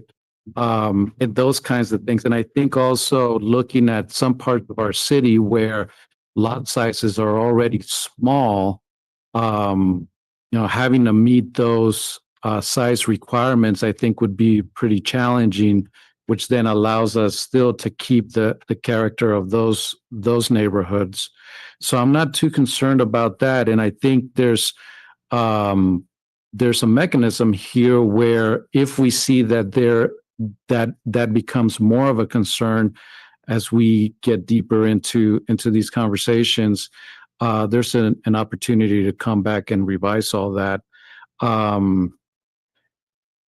And something that came to mind also tonight is that as we've had conversations on how to support our residents to find affordable housing in our city, as we've navigated those conversations in the past, I do recall many folks from the public coming and saying, well, what we need is more units, period. And that's going to allow the market to control itself and to provide not only the units, but the affordability that we need for our residents. So here we have a tool that potentially could address those issues of affordability and the number of units. So I'm not quite sure why we wouldn't support that. And at the end of the day, it keeps us compliant. So, I mean, that's really, for me, the least of the concern, but it is an item that we need to consider. So for those reasons, I'll go ahead and support staff's recommendation. Okay. So I just want to start off by having us think about why we're here in the first place. Why is the state pushing housing policy that dictates what we need to do at the local level? I sit on the board for California League of Cities. The mission of Cal Cities is to maintain local control. And when I first joined the organization and got involved, I had a lot of trouble with that because there are things that the state is doing that I acknowledge and understand. Maybe I don't agree with it, but I can appreciate it because local governing bodies have failed to meet the needs of our communities. But over time, I've come to appreciate it. And I think that there are very solid times that exist when we need to make sure that we're maintaining local control. But the point that I'm making as it relates to this conversation on housing, I think is a prime example of where that idea of local control has got us into this situation that we're in. For decades, local jurisdictions have failed to keep pace with housing construction in their communities. This has happened for decades. This has happened before I was even born. I'm 38 next month. This has been years in the making. And the reason why is because every jurisdiction, whether you live in a small town like Monterey or whether you live in a larger city like San Francisco, I've had conversations with folks in Monterey saying, don't develop it here. There was actually a comment tonight. We don't want to be San Jose. We don't want to be San Francisco, which, by the way, nobody's talking about. Nobody's talking about making Monterey, San Jose, or San Francisco. And we don't become that by this policy. And in fact, staff has shared that 5 applications have been submitted since 2022 when this policy came into place, and 0 have been developed. So I understand the fear, and Councilmember Smith was speaking to this earlier. And I think that that's a lot of what's driving jurisdictions historically to have developed housing, because the fear of what that impact is going to be to a certain individual's quality of life. And so that's why we see the state coming in and trying to push policy. So if we as a city, and I said this at the start of the housing element process, I encouraged everybody when I canvassed, I encouraged folks to stay engaged in the housing element process so that we can maintain our control over how we implement housing programs. And so I think it's not really fair to characterize the process as not being transparent. Councilman Rash, you just said that you knew that there was these 5 or 6 units. It was kind of unclear to you, but there wasn't any comment or pushback or a huge group that came out at that time. And I get that that's kind of where the tension is, because sometimes in the planning phases, folks aren't paying as close of attention. I completely acknowledge that. And then when it's time to implement something, or when a project is being proposed, that's when a lot of the pushback comes back. So, and that's what we're seeing here today. It's a fact. This program has been in our housing element, and I knew this. I knew this program when it was being cycled through the community. So it wasn't like it was a secret or discreet, or there's a lot of programs in our housing element, and we didn't sit here and go line by line in a public meeting to talk about every single housing program, but it's been transparent. This has been out there. The public has had plenty of opportunity to provide feedback, and still today, we've had a lot of feedback. But what I see and hear is a lot of things that just aren't true. And it goes back to Councilmember Smith's point, which is a lot is driven by fear. When again, staff has articulated tonight that there's been 0 projects developed related to SB9 in the city. And speaking to the facts not being true, as if the first public comment was that I didn't allow the council to have a discussion on this topic when we voted it the first time. That is flatly false. Anybody can go back and watch the council meeting from last time. I did come out and make a motion as soon as the public comment was over, but I allowed a robust discussion. I allowed the council to provide feedback and input. Just like Jean said earlier, she made a substitute motion that was considered. It died, but there was robust discussion and anybody can go back and watch that. So the mischaracterization from the public comments is just disappointing. I understand where it comes from and I understand the feelings associated with folks' concern as it relates to the legislation.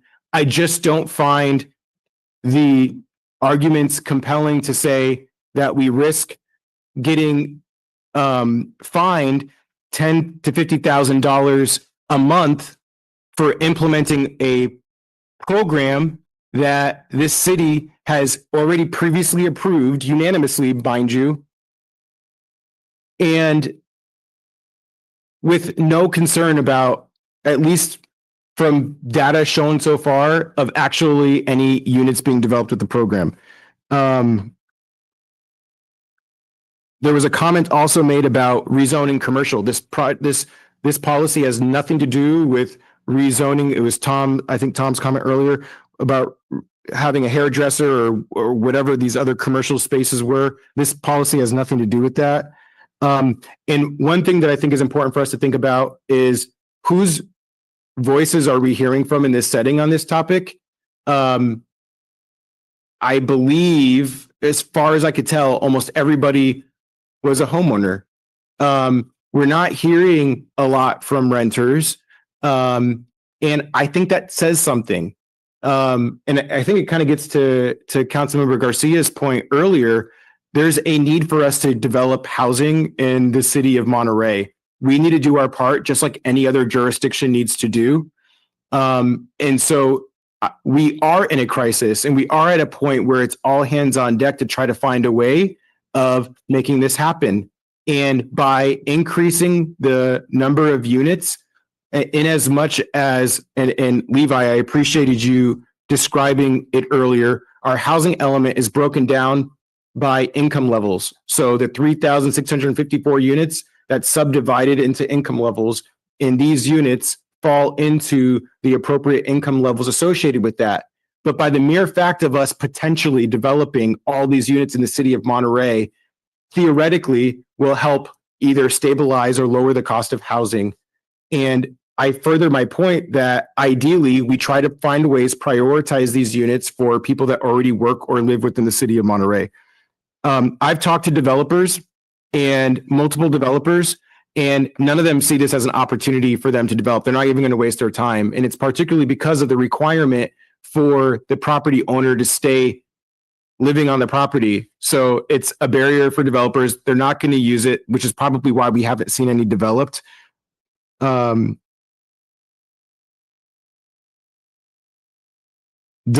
idea of delaying, which I appreciate the effort, it doesn't change the fact that this is a program that's in our housing element that we would have to address. And then the last thing I will share is Councilmember Smith made a comment around this is all about the monetization. I don't think that that's true.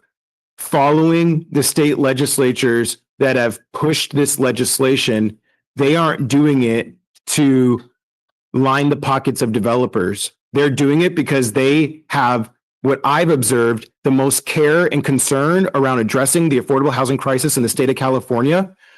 And they're trying to find these solutions, which, albeit are uncomfortable, are trying to push the curtain to make it happen, because it's not happening. And even with legislation like this, it's still not happening. So I'm not saying that this is the solution, it's the end all be all. None of these things are. It's not one thing by itself that's going to solve it. There's no silver bullet. And that's kind of why I say a little bit hands on deck. But the idea of it being about monetization, I just think is false, inaccurate. But even if you were to take that premise, it's interesting how we can turn the conversation around monetization towards the arguments that are being made around people's property values, and some having taken the mindset and they've come in here and spoken during public comment around people and not being able to afford the cost of living here. And if you can't afford it, then you can move somewhere else, because if you can't afford it, it's not our problem. So when we talk about monetization, let's talk about all the economic factors that exist for the lack of affordable housing in our city. So what I'm going to do is I'm going to offer the opportunity for any last minute comments, one more bite at the apple here, and then we're going to close this out because we've talked about this for quite a length I'd like of to time. make a second friendly amendment that the fifth and sixth units both be very low income. Is that accepted by the motion maker? No, because it still changes that. Is she offering a friendly or a substitute motion? The attorney can advise me. The other attorney can advise me. If you wish to replace the motion that's on the table, you can make your own motion, a substitute motion, and if it's seconded, then that would be voted on first. Okay. Well, we had a refusal to my friendly amendment from Councilmember Barber. And so you want me to make a new one? It wouldn't be an amendment to the motion that's on the table. You'd be making a substitute motion. Okay. Which if you obtain a second on that Okay. motion, it would be voted on before Okay. Dr. Barber's motion. Thank you. I make a substitute motion that we accept the staff recommendation, but that 38.26.1 G.1A includes two, that both incentivized units would be very low income. I'm prepared to second that, but I need a clarification. Is your motion intending that it's 4 units and not 6? Or are you talking about low income that would include lot splits under For the SB9? urban lot split. Yeah, so a low income requirement. Right. Okay, I would second that motion. Okay. I won't be supporting that for the very reasons why it wasn't accepted by the motion maker when it was the front of the amendment. We wouldn't be in compliance with our housing element. So with that, we'll go ahead and do Under discussion for that. Yeah, I would say that it's not that we wouldn't be in compliance per se. It would be that that's what HDC didn't prefer. And they were telegraphing that they wanted no limits on anything. But they accepted it and they approved housing element. Yes, they accepted that. And Okay. What this motion would mean is that we are identifying a specific need of low income housing in Monterey. And that we believe that some of those units by builders should be required to answer the need, which is low income. Yeah, and that would be our defense. Okay, can I just have staff clarify one more time for us?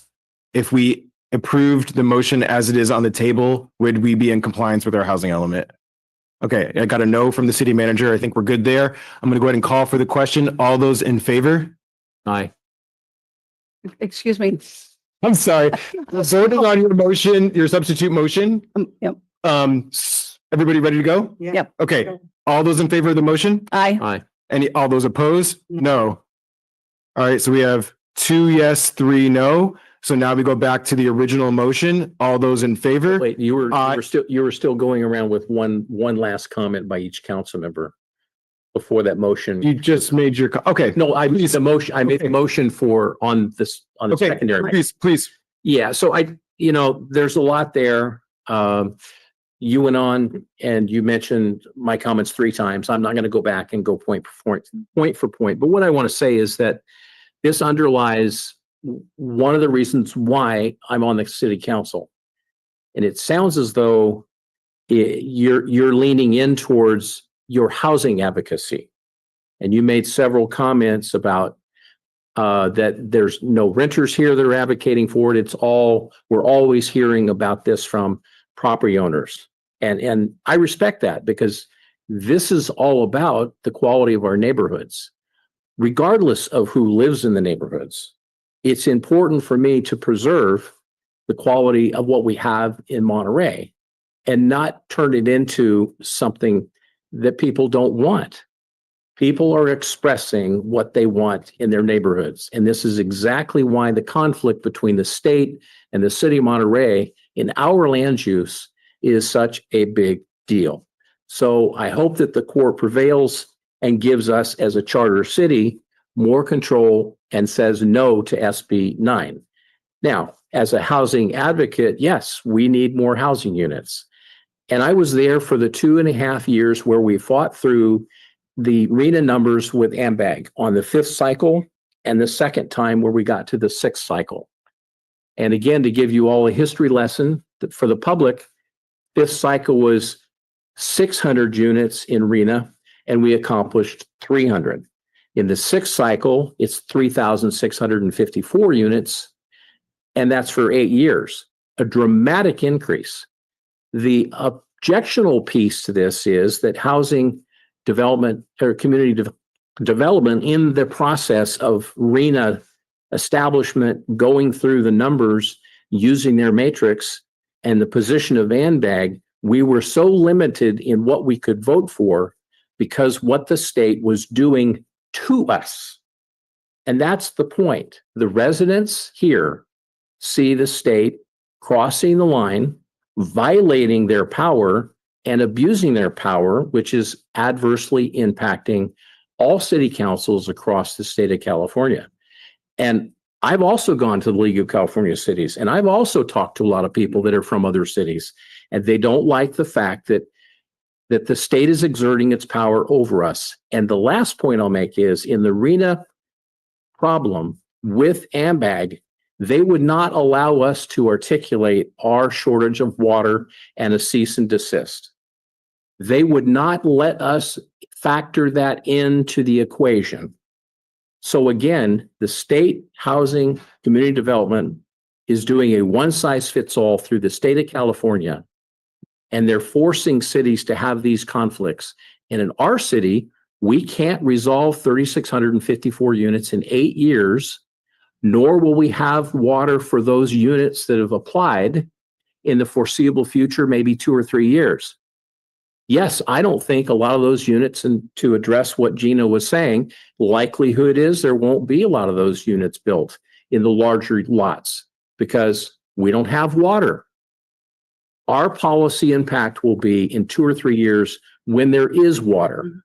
When we have the water and we see these things like SB 9 start to take over our neighborhoods, if we don't act now with the mindset of a policy that defends our neighbors rather than being a housing advocate, I would caution this council and all councils have a local mindset to listen to your neighbors and listen to the speakers in this chambers.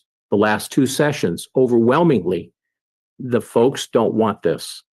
And to lean in and tell them, not in your words wrong, but to preach to them in your housing advocacy, Mayor, I think is insulting to the members of the public. It's insulting the ones that are home listening.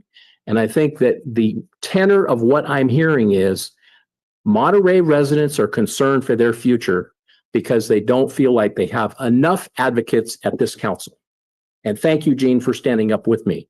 I think the neighbors count, the neighbors know best, and we need to be careful with how we change our ones in our community. And this issue will grow to become a harder issue to deal with when there's water. And I fear that we're not going to be able to stop this and control the unabated growth in the wrong neighborhoods. That's all I have to say. Okay. Any other comments? So I want to make sure we're clear. Councilmember Smith is speaking for himself and Councilmember Roush, but he doesn't speak for me when putting me in a lump of not caring for the resident. I think by making that comment and having it to be very blanket is very manipulative. And so I think it's very important for people to understand just because someone wants to be in compliance with the state policy, bringing it back after the legalities are settled doesn't mean that you're not hearing from everyone, not just only people in the room, but people who contact us who are out of the room, who are part of the 36,000 who live here in this beautiful city of Monterey. Everybody's voice counts. And I think that's important to all of us who are here. And so I would not degrade anybody by thinking that any less of that. So my motion still stands. I'm hearing from everybody. I have concerns just like you. But I also know I want to be in compliance so that we don't have the risk of $10,000 to $50,000 a month.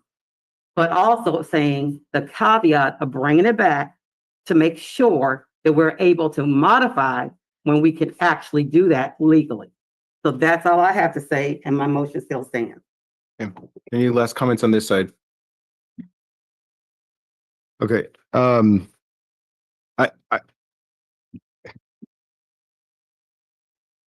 your comment, Councilmember Smith, around the preservation of our communities, which, by the way, I live in a community, I live in Old Town. I'm part of this community just like everybody else. And just because I take a different stance and I'm trying to listen to voices outside of what I would refer to as a little bit of the iceberg effect, right? There's a few folks here, but there's a larger number voices that exist outside of those that have shared their public opinion with us, either digitally or in person. We cannot preserve our communities if people continue to get priced out. And when those of us that have it already, right, we own our property, we're set. There can be, it's very easy for us, and I'm lumping myself in there because I'm a property owner. It can be very easy for us to forget the plight of people that don't live that existence. And so I'm advocating for everybody in our community, whether you agree with my opinion or not, because I want to take care of our community. I don't want to get fined $10,000 to $50,000 a month. I want those dollars to go back into maybe creating a program that creates more affordable housing in our community. So I think we need to find a way of bringing all of us together. And I fully acknowledge and understand that folks are not happy around the direction that we're taking as it relates to this vote. In as much as I can appreciate that, we have to make a decision and we have to find a way of moving forward. And so for that reason, I will support the motion. And I'll go ahead and call the question. No, I'm sorry. No, because And you brought me back in. Ed, what I said was before Jean made her attempt to make a second substitute motion, I said, I'm going to go around and give everybody one more chance. And excuse me, Ed, please let me finish. Please let me finish. So you made a comment on the substitute motion, and I tried to not allow you to speak again because you had already made a comment, but you rightfully clarified for me that you didn't make a comment, your general last minute swing at it. So you made your comment. I went around to everybody else. I did my second one. We all did it. So if I open it back up for you, we're going to have to open it back up for everybody else. I'm calling the question. All those in favor of the motion? Aye. Any opposed? Yes. Motion passes 3-2. I got you. Okay. All right. With that, and I have to go on my phone, so I apologize. My computer died.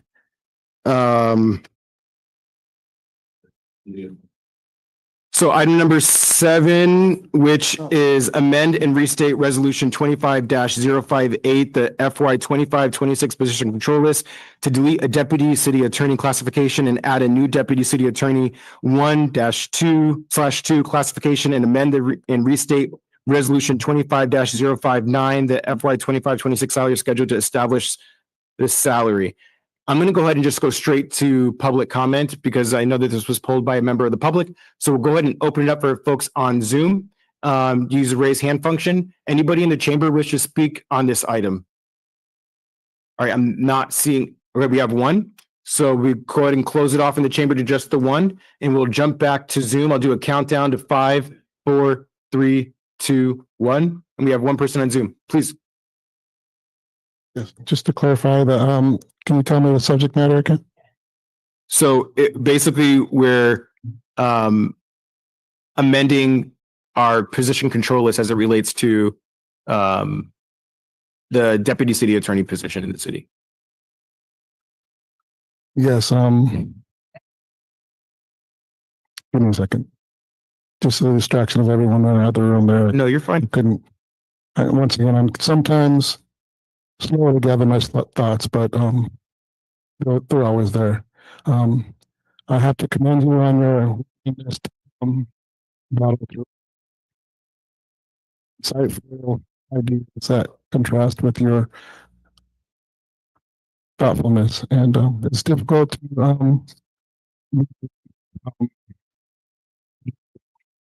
but yet you're dealing and fighting state issues, and at the state level, it's sad that we don't have communities representing the broader issue of the state. Sorry, and I just want to clarify, the public comments are specifically to this item. So and as much as I appreciate your comments, I just have to make sure that we stay on topic as it relates to this item. Yes, once again, I kind of lost my train of thought. No worries. With the adjustment of all the people. No worries. That's that. I'll end my comment now. Thank you. Thank you. Thank you. All right, with that, we'll go to our public commenter on Zoom. Cecilia, you could go ahead. Hello. Hi, it's Cecilia again. Anyhow, I've lived here in Monterey for 13 years, and I've really grown to love this area. And I agree with Councilmember Smith. I think we're rushing into things, and Sorry, I apologize for interrupting, but we're now on to the next item. So the public comments have to be specific to that new item that we're on, which is regarding our deputy city attorney position. oh, I'm so sorry. Okay. No worries. Sorry for the confusion. Okay. All right, with that, we'll go ahead and close public comment. We'll bring it back to the council. Are there any questions from the council? Please, Councilmember Rash. I think the question is, Listen to me. and Madam Attorney can comment, it's whether our codes allow that appointment, or do we have to update the code? And I presume it wouldn't have gotten this far without it being totally illegal. So Right. Your interpretation is correct. Okay. I think the public commenter was thinking our city charter limited the city council to only having one attorney, but that's not, I don't have concerns with having staff and having the office staffed. It's legal, and it's been the case for a very long time. okay, and I think the confusion is that when you move on to the discussion of the city manager, it calls it all out quite eloquently, and maybe the commenter expected that kind of language. Probably. I think that's probably correct. Yeah. Any other questions or the motion and deliberation? I'll make a motion that we pass recommendation number 7, agenda Second. item number 7. Second. All right, it's been moved and seconded. Any other comments? All those in favor? Aye. Any opposed? Motion passes unanimously. We're going to move to our public hearing. Item number 8, adopt the Historic Preservation Commission and Planning Commission recommendations to approve first reading of an ordinance to rezone 817 Martin Street from R115 to R115 H2 as a historic resource and authorize a Mills Act contract. Property tax savings program for historic structures. With that, I'll pass it to Hans for staff. Council, I assume you all read the agenda report. Do you have any questions? Are there any questions from the council? None. All right, we'll take it out to the public. Anybody in the public wish to speak on this item? For folks on Zoom, you can use the raise hand function. Meantime, I'll check in the chamber. Anybody in the chamber wish to speak on this item?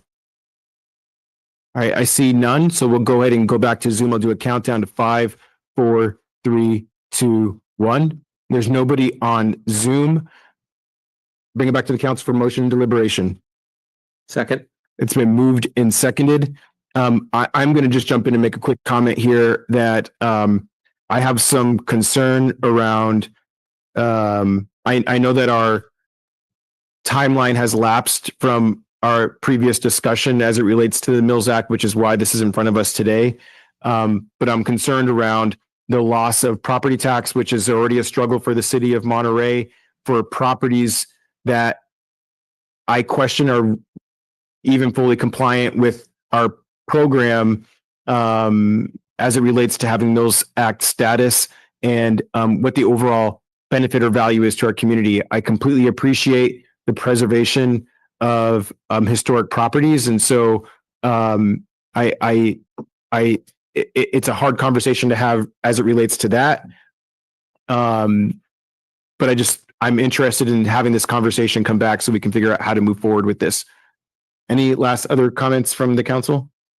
I would echo too. Yeah, I look forward to seeing us revisit that and fine tuning that and bringing in some limitations on the Mills Act for the future. All righty. And with that, we'll go ahead and do a roll call vote. Sorry, we'll just do a vote. All those in favor?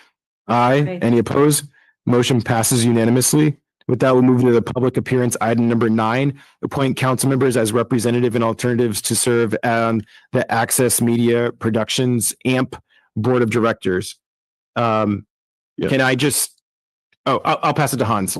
Thank you, Mr. Mayor. The bylaws of Access Monterey Peninsula, this is the organization that helps us to transmit the council meetings, planning commission meetings, and a variety of other services. It runs also the local channel 24, 25, and 26 for various communities. They are requiring now, their bylaws are requiring that the cities of Monterey's representative has to be a council member. In the past, it was either the assistant city manager or another staff member of the city of Monterey. So tonight we are asking you that the council is appointing a council member to serve as the representatives of the Access Monterey Peninsula Board as a representative and an alternate for that as well.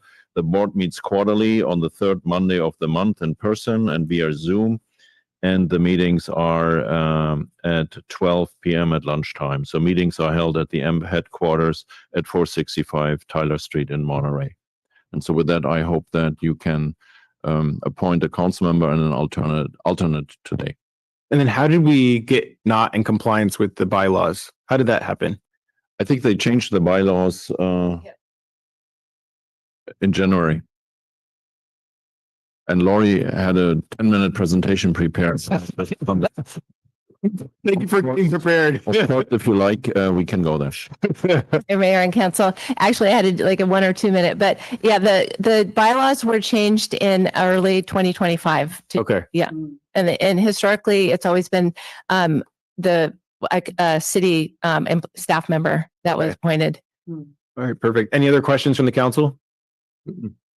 All right. Thank you, Lori. Thank you for the being prepared part. All right, we'll go to public commenters. Anybody on Zoom, you can use the raise hand function.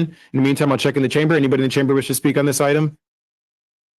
I am not seeing any takers. So with that, I will close it for the chamber and do a countdown for folks on Zoom to 5, 4, 3, 2, 1. Who are they? We have nobody on Zoom. Bring it back to the council, please, Hans. Yeah, so I just want to procedurally that we are They're just getting comments. You just get comments and then you appoint someone. Got it. I'm sorry. Mike. No, you're good. You're good. Yeah. Any takers? Was nobody online? We closed public comment. Okay. Not really, because I've already kind of booked on Mondays, but I'd like to hear what everybody else says. I was gonna volunteer, but I don't know anything about technology. Oh gosh. This is what happens when you say something, then you get called out for it. I was waiting. Gino, what do you think? Yeah, I'd be glad to do it. I know Monday's terrible for you. There you go. All right. And I can be an alternate. I'll make is it an alternate? Yeah. We'll just go from MST to. You're there. Council, you're there. Okay. So that's my motion. My motion is Gene, primary, Ed, alternate. It's been seconded. Any other discussion? All right, all those in favor? Aye. Any opposed? Motion passes unanimously. Council comments? Anybody have council comments? Just real two quick ones. I'd be interested to know, are we overlooking an opportunity to address a comment about roosters? I've lived close by, not in this city, to roosters, and it was really tough. So I'd like to know from staff in the future, do we need to do anything on a rooster ordinance to control that? Ownership of roosters are still not legal in Monterey. That would be my preference. The other one is a couple of comments about the rec trail safety hazards. I know somebody who got hit by a bicycle when they were walking to work, and I got an email from another near hit on the rec trail. Very congested around Wharf 1.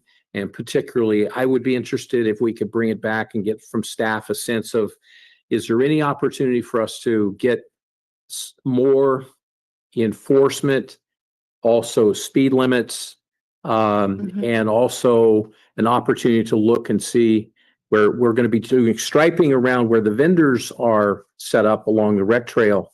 I'd be interested to know, is that an opportunity to also look at our potential lines and striping on the other side of Wharf 1 on both sides of the rec trail to improve the safety as they cross Wharf 1. So I'd like to see what staff might have to do about offering some options to improve safety along the rec trail, especially at the crossings of the very high impact intersections. Anybody else? Well, I just want to say I support that because it's a reoccurring issue is the safety. Yeah. And NCIP deals with this every session. We get lots of comment. Yeah. NCIP gets lots of comments. Just to be a little bit careful how we talk about it because we don't want to avoid it on an agenda. Just maybe bring it back and we talk about Right. Let's bring it back. Okay. Any other council comments? Okay. To city manager reports. Thank you. So this Thursday at Hilltop Park, we are starting something new. It's called City Hall in Your Corner. It's a pop-up event where we are basically bringing everyone from different departments. Every department will be represented there. Neighbors can come ask questions about parking, building permits, ask Public Works what they are doing, and ask our community development director how many chickens we are actually allowing in our ordinance, and also what we can do if a chicken starts cockadoodling, because that's also happened when we had chickens, female chickens do the noise of a rooster.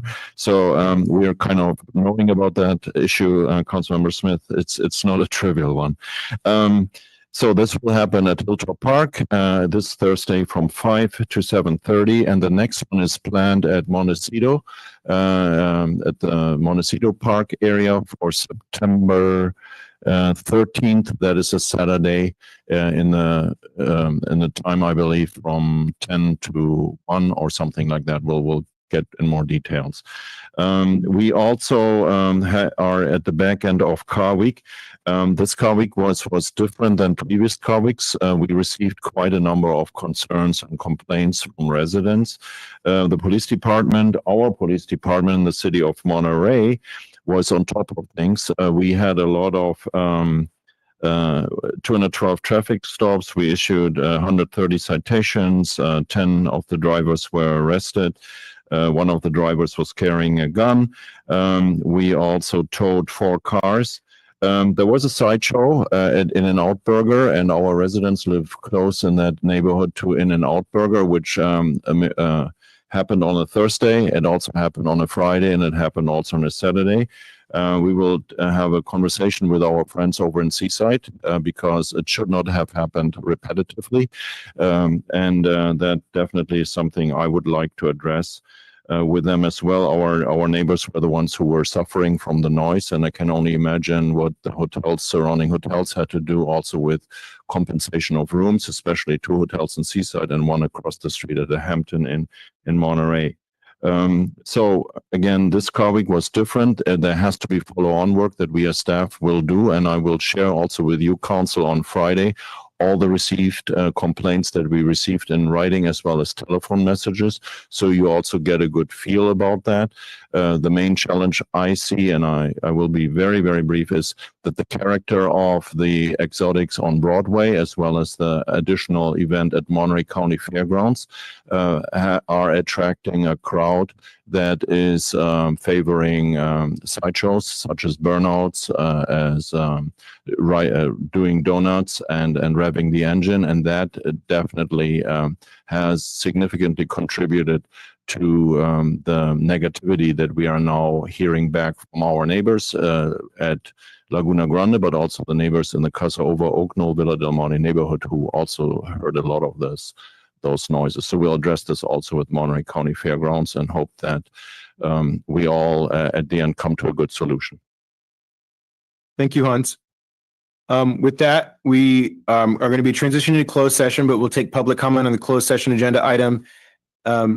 Closed session item number 10, conference with legal counsel, existing litigation Government Code Section 54956, TAC 9D1. We'll check with folks on Zoom to use the raise hand function. Anybody in the chamber wish to speak on this item?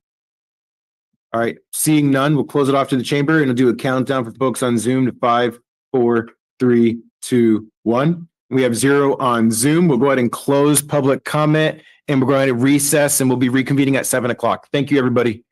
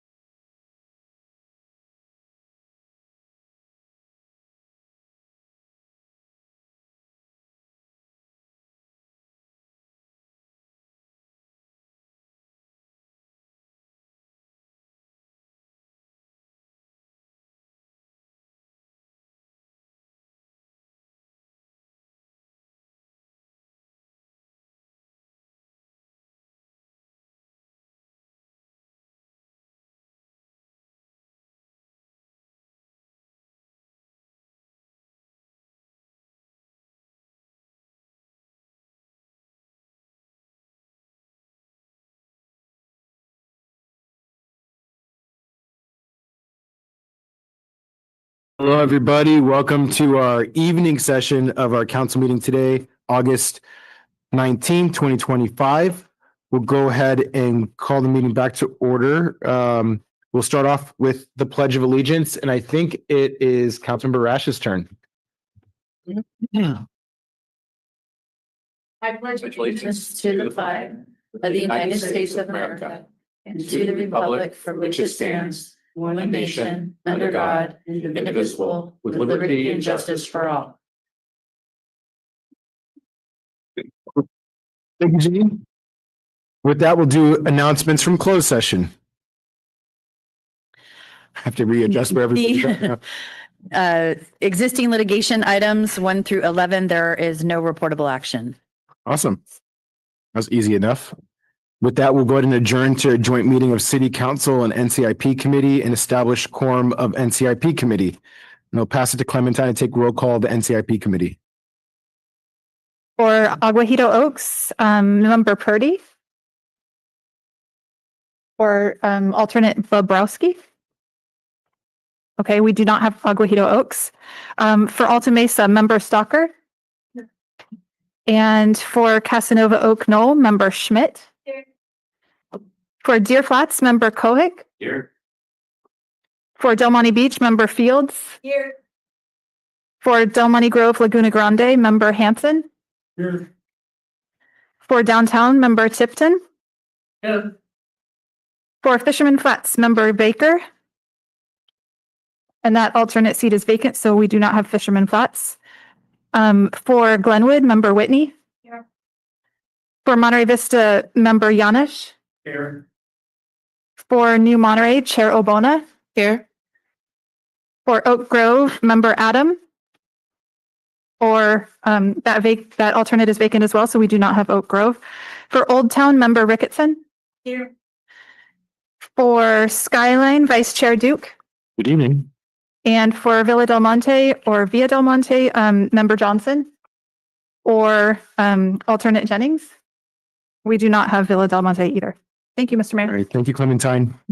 With that, we'll go to our public appearance item for this evening, number 11, joint meeting on this of the City Council and Neighborhood and Community Improvement Program, also known as NCIP, to discuss project priorities and process. With that, I'll pass it to Hans to begin the presentation.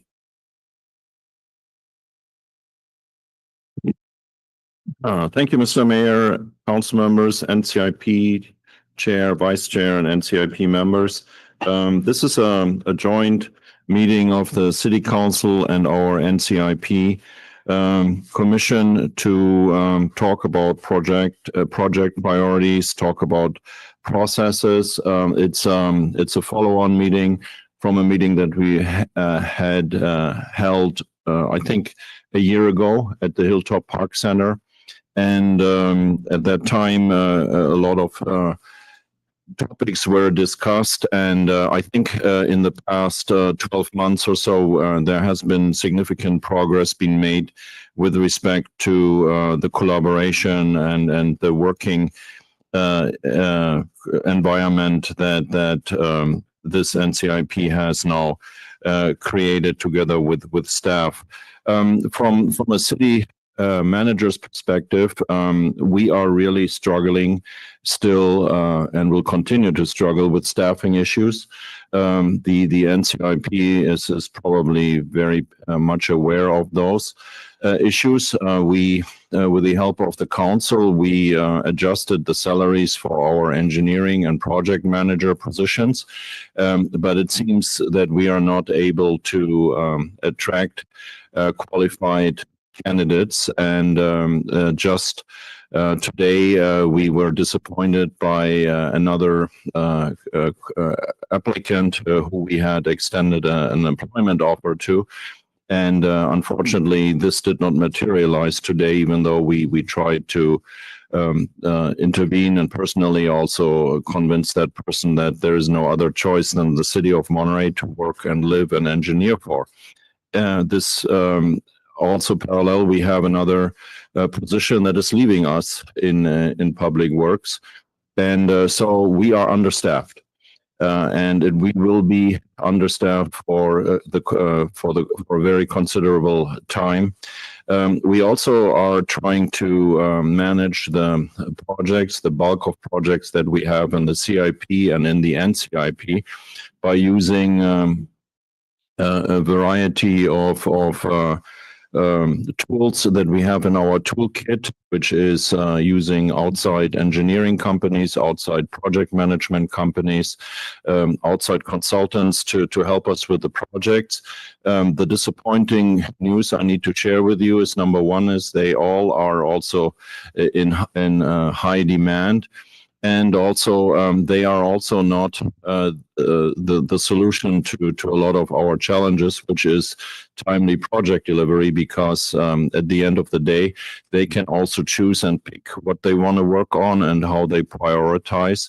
And one of the challenges we have as a government is that government work is safe work. People know that we are here, that we have the money, and if there's some other opportunities coming up, they will find ways to ensure that they can ride the wave as long as they can ride the wave. So if there is a recession and we have a downward spiral of our economy and nothing is moving, our projects get pushed through pretty fast.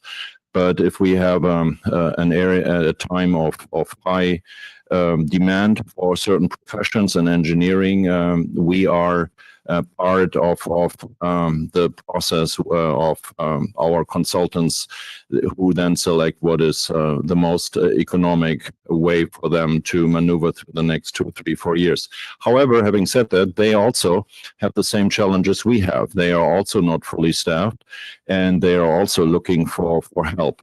So why do I say that as my setup before I introduce Andrea is we very much counsel and NCIP suggest that we are careful with the number of projects that we are awarding this year. Reggie's data will show you how much we are already in the hole. Everyone is painfully aware of that. It doesn't help anyone if we are adding 30, 40 new projects to that. So my appeal tonight is let's limit it.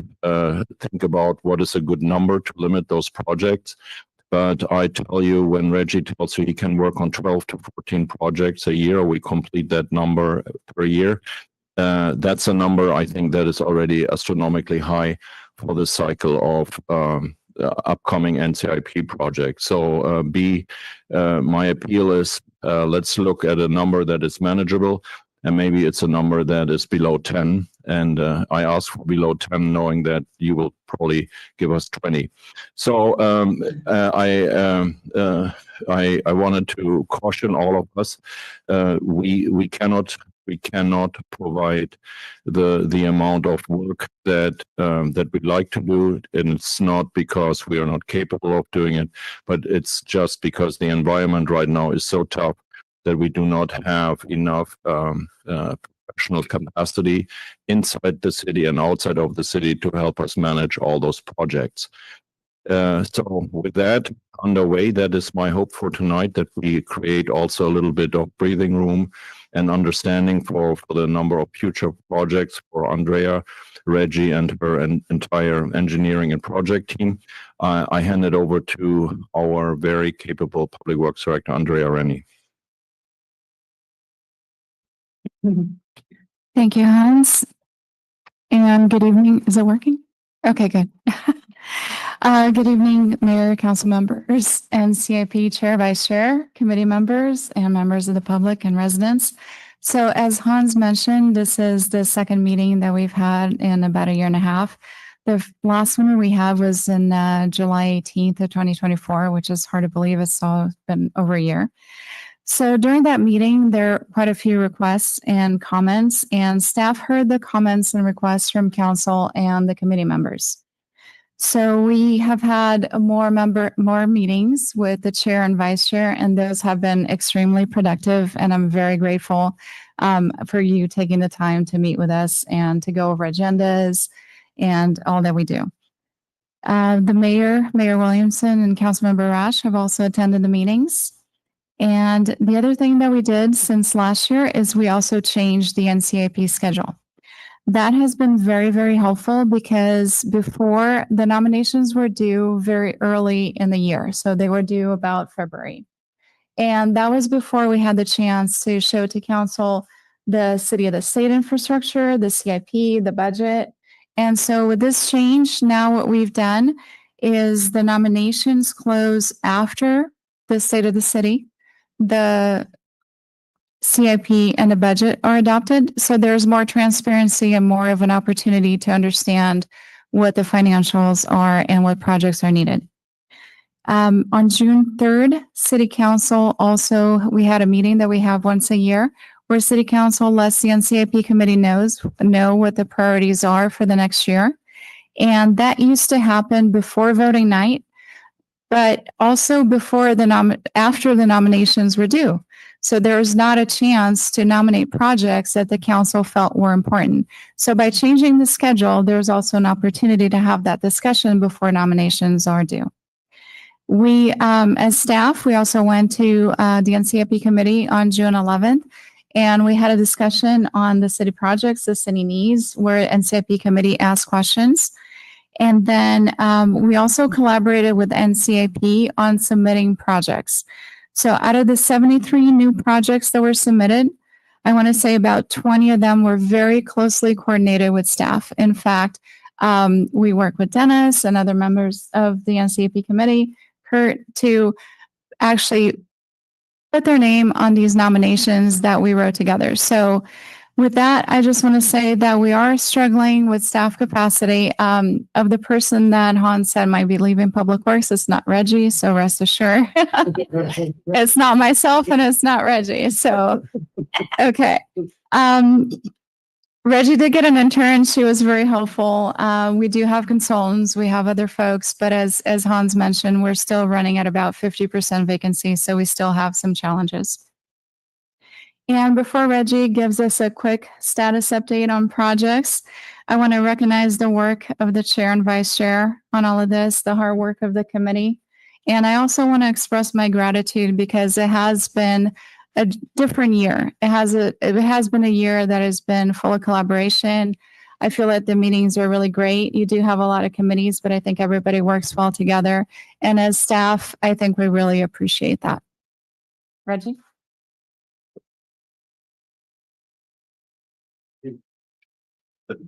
All right. Thank you. So I'll jump right into it. So I'm just going to highlight some of the numbers from NCIP this year and in the past couple of years. So in the last 3 NCIP cycles, NCIP Council has approved and funded 105 projects. That was 31 in 2022, 44 in 23, and 30 and 24. Those projects totaled to $22 million in budget.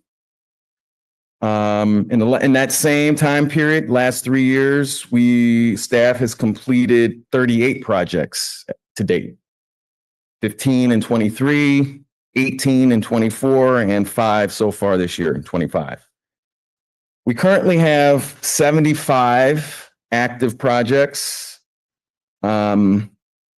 By active, I think there's question, what does that actually mean?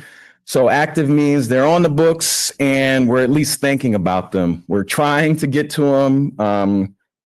We're working towards completing those projects. There's like another 18, 20 that are sitting for some reason or another. We brought 4 of those to council 2 weeks ago. So we're going to close those out. That leaves another 16 that I'll be at some point bringing here to talk about.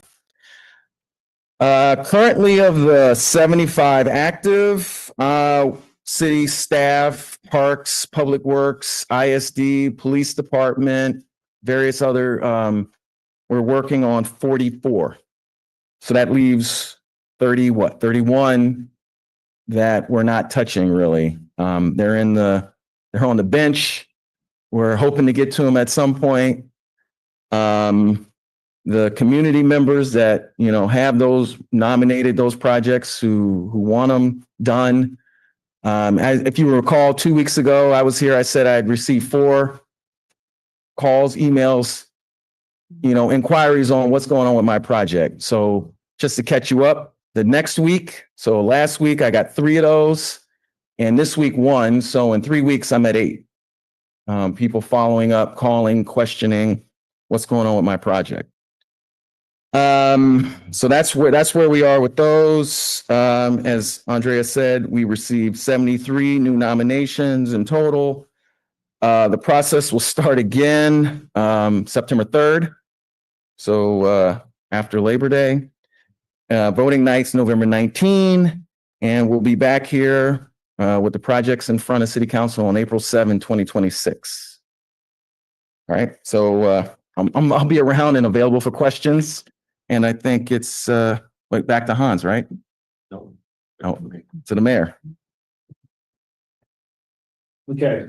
Well, thank you to the NCIP for all the work that you all are doing. We try that again. Thank you to the NCIP committee members for all the work that you all are doing in representing your neighborhoods. And I've had the fortune of attending all but that one on June 11th as I was out of town. But just being able to listen in has helped me better understand the process and see what you all do. So I appreciate the work that you all do. And I'm thankful that we're able to be back in the same space again to pick up on the conversation that we had from last year. I think just big picture and trying to, going through some of the feedback that was provided to the NCIP in the lead up for today's meeting. When I think about the priority of what the NCIP looks like moving forward, the thing that I think about through the conversations that the council has had over the last year since we've last met are our capital improvement needs. And so how do we help achieve those? One of the things that I think about is we have different buckets of money in the city. Our main bucket of money is TOT tax. And so when we look at these different flavors of money, in my mind, we should be prioritizing those funds towards things that are similar or relevant to that flavor of money.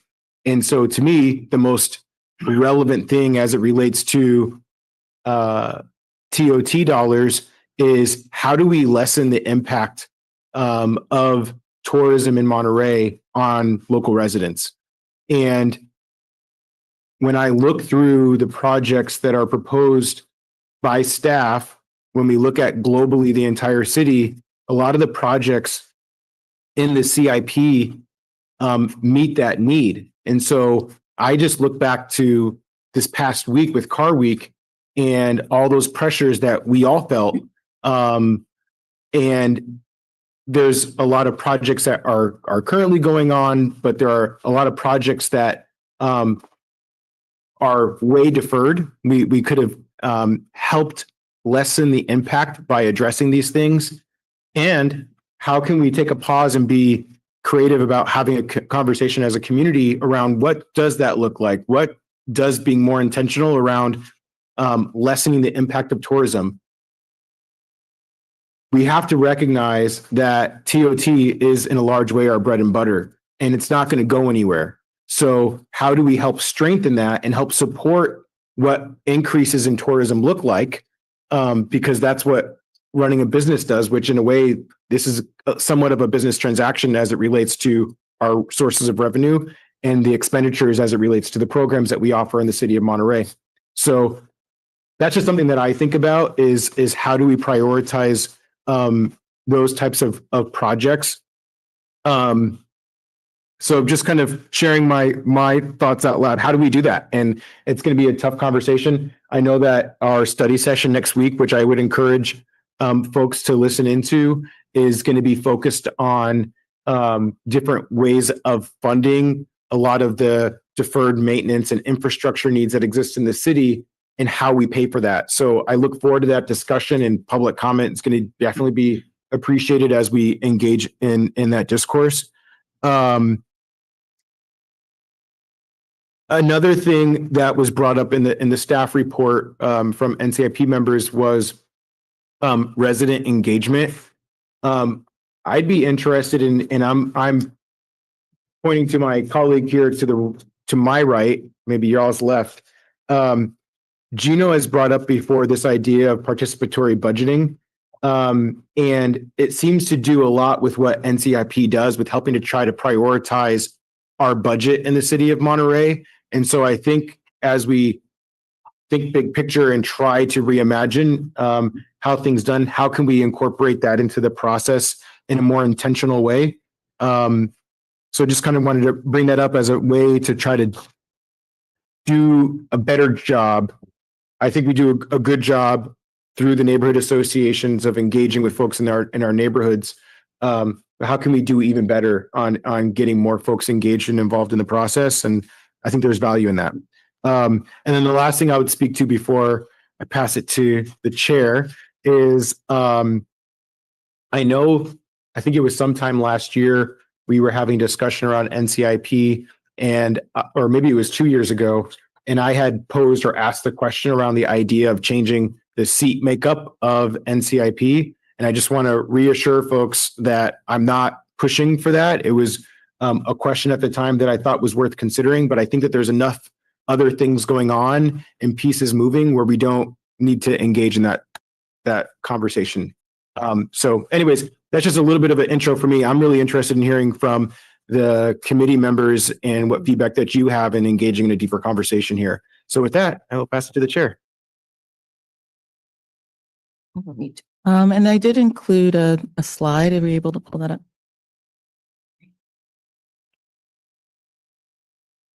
So while we're waiting for that, I just want to go ahead and extend thanks to the city council, city staff, NCIP members that are here tonight, as well as the public. I think there has been a lot of progress towards improving communication, collaboration between this committee and city staff. And I specifically want to shout out Andrea, Reggie, and Parker, who have been amazing to work with and really helpful in fostering that sense of collaboration between the staff and the committee. I think a lot has been said about NCIP and the process, but I also want to explain what that process looks like for those who may not be familiar with how NCIP works or those who haven't attended a meeting. And I included a slide that was a year in review. So these are the meetings that we had in 2024. The data from this slide was taken from minutes from the meetings, as well as looking at submitted public comments or written comments as well, to get a sense of what the engagement was like during those meetings. So we had a total of 9 meetings. We start off the year with an orientation, and then we move on to preliminarily screening all of the projects that are submitted. So that second meeting is after the deadline, and we get all the projects submitted. We then do a first review, and we break that up by doing the first half of all the neighborhoods and then the second half of the neighborhoods. We follow that up with a second review, again, broken up by first half of neighborhoods and second half of neighborhoods.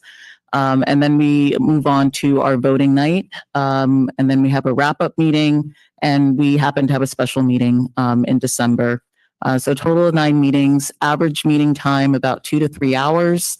And in terms of public engagement, we really see those numbers go up during the first and second reviews of the project. So oftentimes these are people who submit projects, people who are aware of projects that have been submitted and want to voice their support or opposition towards those projects. And we also get an uptick there as well in terms of written comments that were submitted prior to the meeting.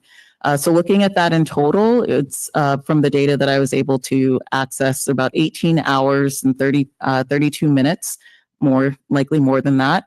In terms of public comments, more than 123, and then the written comments about 42. But those numbers don't include the amount of time that is spent by each of the individual NCIP reps and the alternates who are doing the legwork with the submitters of those projects, who vet the projects, who advocate for their neighborhood as well as the entire city. by doing outreach. And outreach is not just neighborhood associations, it's also getting feedback by sending out emails, surveys, social media. I've really tried this year specifically to try to let more people know when we're having NCIP meetings. I'm not on Facebook, but I am on Nextdoor. So I do post before the meetings on Nextdoor that we're having the meetings. I post the links for the agenda, the links for how to join on Zoom. And I've actually gotten some people write back and say thank you and actually say that they're going to attend a meeting. And these are people who've never attended a meeting before. So really a lot of effort has been made to try to increase engagement and let everybody know that anyone can submit these projects. And anyone can come to meetings and voice their support or opposition about those projects. So I really see NCIP as a liaison between residents and the cities and the city regarding what residents view as a priority as it relates to recommendations for how the NCIP funds are being used. And sometimes there are different perspectives when it comes to that. There's a different perspective from residents in terms of what they feel is a priority, and then a different perspective from the city in terms of what they view as a priority. But it's really that process of going through the NCIP committee that is the best and I think ideal forum to be able to vet all of those qualifying project ideas and have a place where all projects are viewed at equally. So there isn't a heavier weight based on who is submitting the projects. And I think that's something that's very unique and really important about that process. So in other decisions, as it relates to how funds are used by the city, residents may not necessarily have as much of a say. So through this NCIP process, their voice is really important and emphasized. And so I think it's important to protect the integrity of the NCIP process, as well as to remember the spirit of the program. So why was NCIP even thought of as being a program, and why we have a committee in the first place? So again, as the numbers show, this is a very important program for Monterey residents. It does encourage engagement of residents who may not otherwise participate in local government. I will say this is my third year on the committee. My first year I served as the new Monterey alternate, and then I applied for the rep position when that position became open the following year.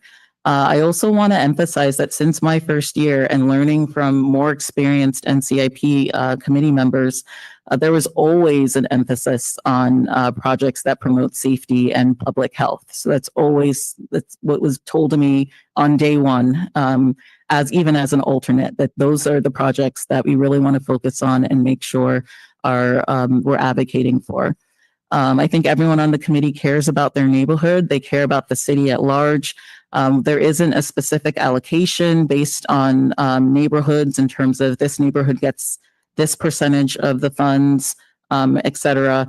But we all work together, we all collaborate, and we really try to ensure that each neighborhood's top priorities are included in that priority list, which is the product of the voting night. And that's the list that eventually gets sent to City Council. So we spend a lot of time and effort in this volunteer position. I do understand that the City Council does have a final say as it relates to where the funding goes, but I do hope that there's a recognition of the work, the time, the sweat, the effort that goes into this voluntary position. And really looking at this, looking at the list and vetting the list and working with other residents. It's very important work. It takes a lot of time, and I think it's a really valuable service that the NCIP provides for the city. I did want to give a metaphor. For the past 5 years or so, I've been quilting. And I will say, if you've ever received a handmade quilt from someone, you know that you are absolutely loved. Because when you're making a quilt, there's a lot of thought that goes in and intentionality that goes into picking fabrics, thinking about the color scheme, picking out the thread, thinking about the type of stitches that you're going to use to put together that top layer. And then finally, the actual quilting part is putting those 3 layers together and doing a quilting design using a specific stitch pattern. And so I feel like that's very similar to kind of the NCIP process in that it's a labor of love. We really do our best to try to represent the residents of Monterey, just as the city council does its best to try to represent all the residents of Monterey as well. So I would definitely encourage council to watch the meetings online, get a sense of the engagement of the process of vetting that we do. I would think that it would be a great idea for you guys also to have access to the full applications that are submitted to get a better sense of what the project, what the submitter intended in terms of writing the specific project, and specifically the projects that do end up on the priority list. So really encouraging you guys to try to hear, understand, and balance what the residents want to see the NCIP funds spent on, even if it may not necessarily be how the council would personally prioritize that list. I think there's still a lot of work to be done in addressing the backlog of projects, and that's been addressed. We are very grateful for the dedicated staff that has been working on the project. So again, shout out to Reggie and saying thank you for all of your hard work. I think there can be improvement in terms of communication with the NCIP reps and alternates with residents that are submitting their projects to kind of set more realistic expectations as it relates to yearly budgets, construction timelines, prioritization, and how best to follow up on the progress of approved projects. So that is all I have to say for now. Thanks. Awesome. Thank you for that. That was a great intro. And I think with that, it says public comment next. Is that in lockstep with what direction we're supposed to be going in, Hans? Yes, unless you want to ask all the NCIP members to. Do we want to have NCIP go first, or do you guys want to hear from the public first before we engage? Any thoughts? Public first? All right. Okay. Yeah. All right. So let's open it up for public comment. For folks on Zoom, if you use the raise hand function, and while you're navigating your way there, I will check in the chamber. Anybody in the chamber wish to speak on this item? All right. I'm not seeing any takers in the chamber. So we'll go ahead and close it off in the chamber, and I'll do a countdown for folks on Zoom to 5, 4, 3, 2, 1. And we have one person on Zoom. Esther, you can go ahead. Good evening, everybody. I can't believe that there's nobody to comment besides me. I just wanted to say huge thank you to Reggie and Shaniri and all of the NCIP reps. I can already sense there's a whole different feeling to how this committee is being approached. And I think it's much more inclusive. And I think the new leadership and the new people that were included and allowed to be part of the committee are definitely setting a new tone that is very much appreciated by those of us that have been watching and involved. I've said before, Reggie needs more help. Obviously, you guys know that. I know that he does the best he can, and I don't know what the answer to solving that is.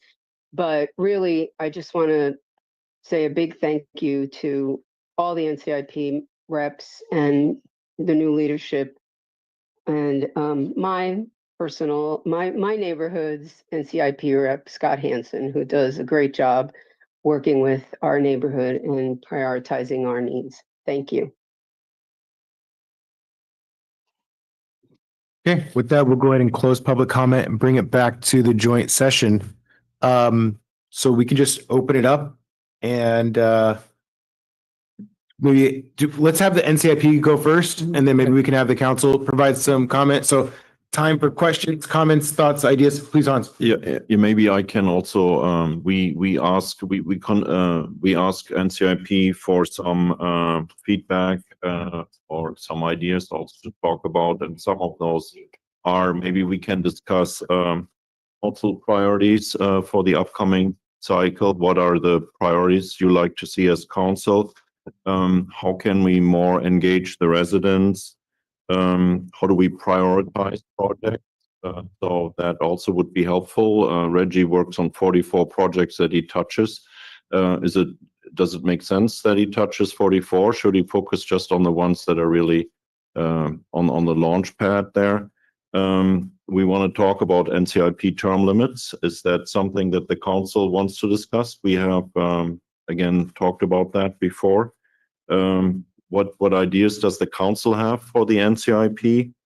How can we together figure out how we tackle the backlog? And also, is there a path forward to add maintenance to NCIP projects, the cost for maintenance? So these were all topics that from time to time came forward, and it might be now also a good time to collaborate on that and exchange ideas, opinions, and suggestions. Thank you, Hans. All right, with that, we will pass it. Maybe you guys can just pass the mic and we'll go down the line. Supposed to go first, whatever. Yeah. You know what might be helpful is if you just come to the lectern. That's a good mic. Yeah. Yeah. Especially the budget constraints, have constraints in our working areas. If I had a sister, I'd tell her to apply right away.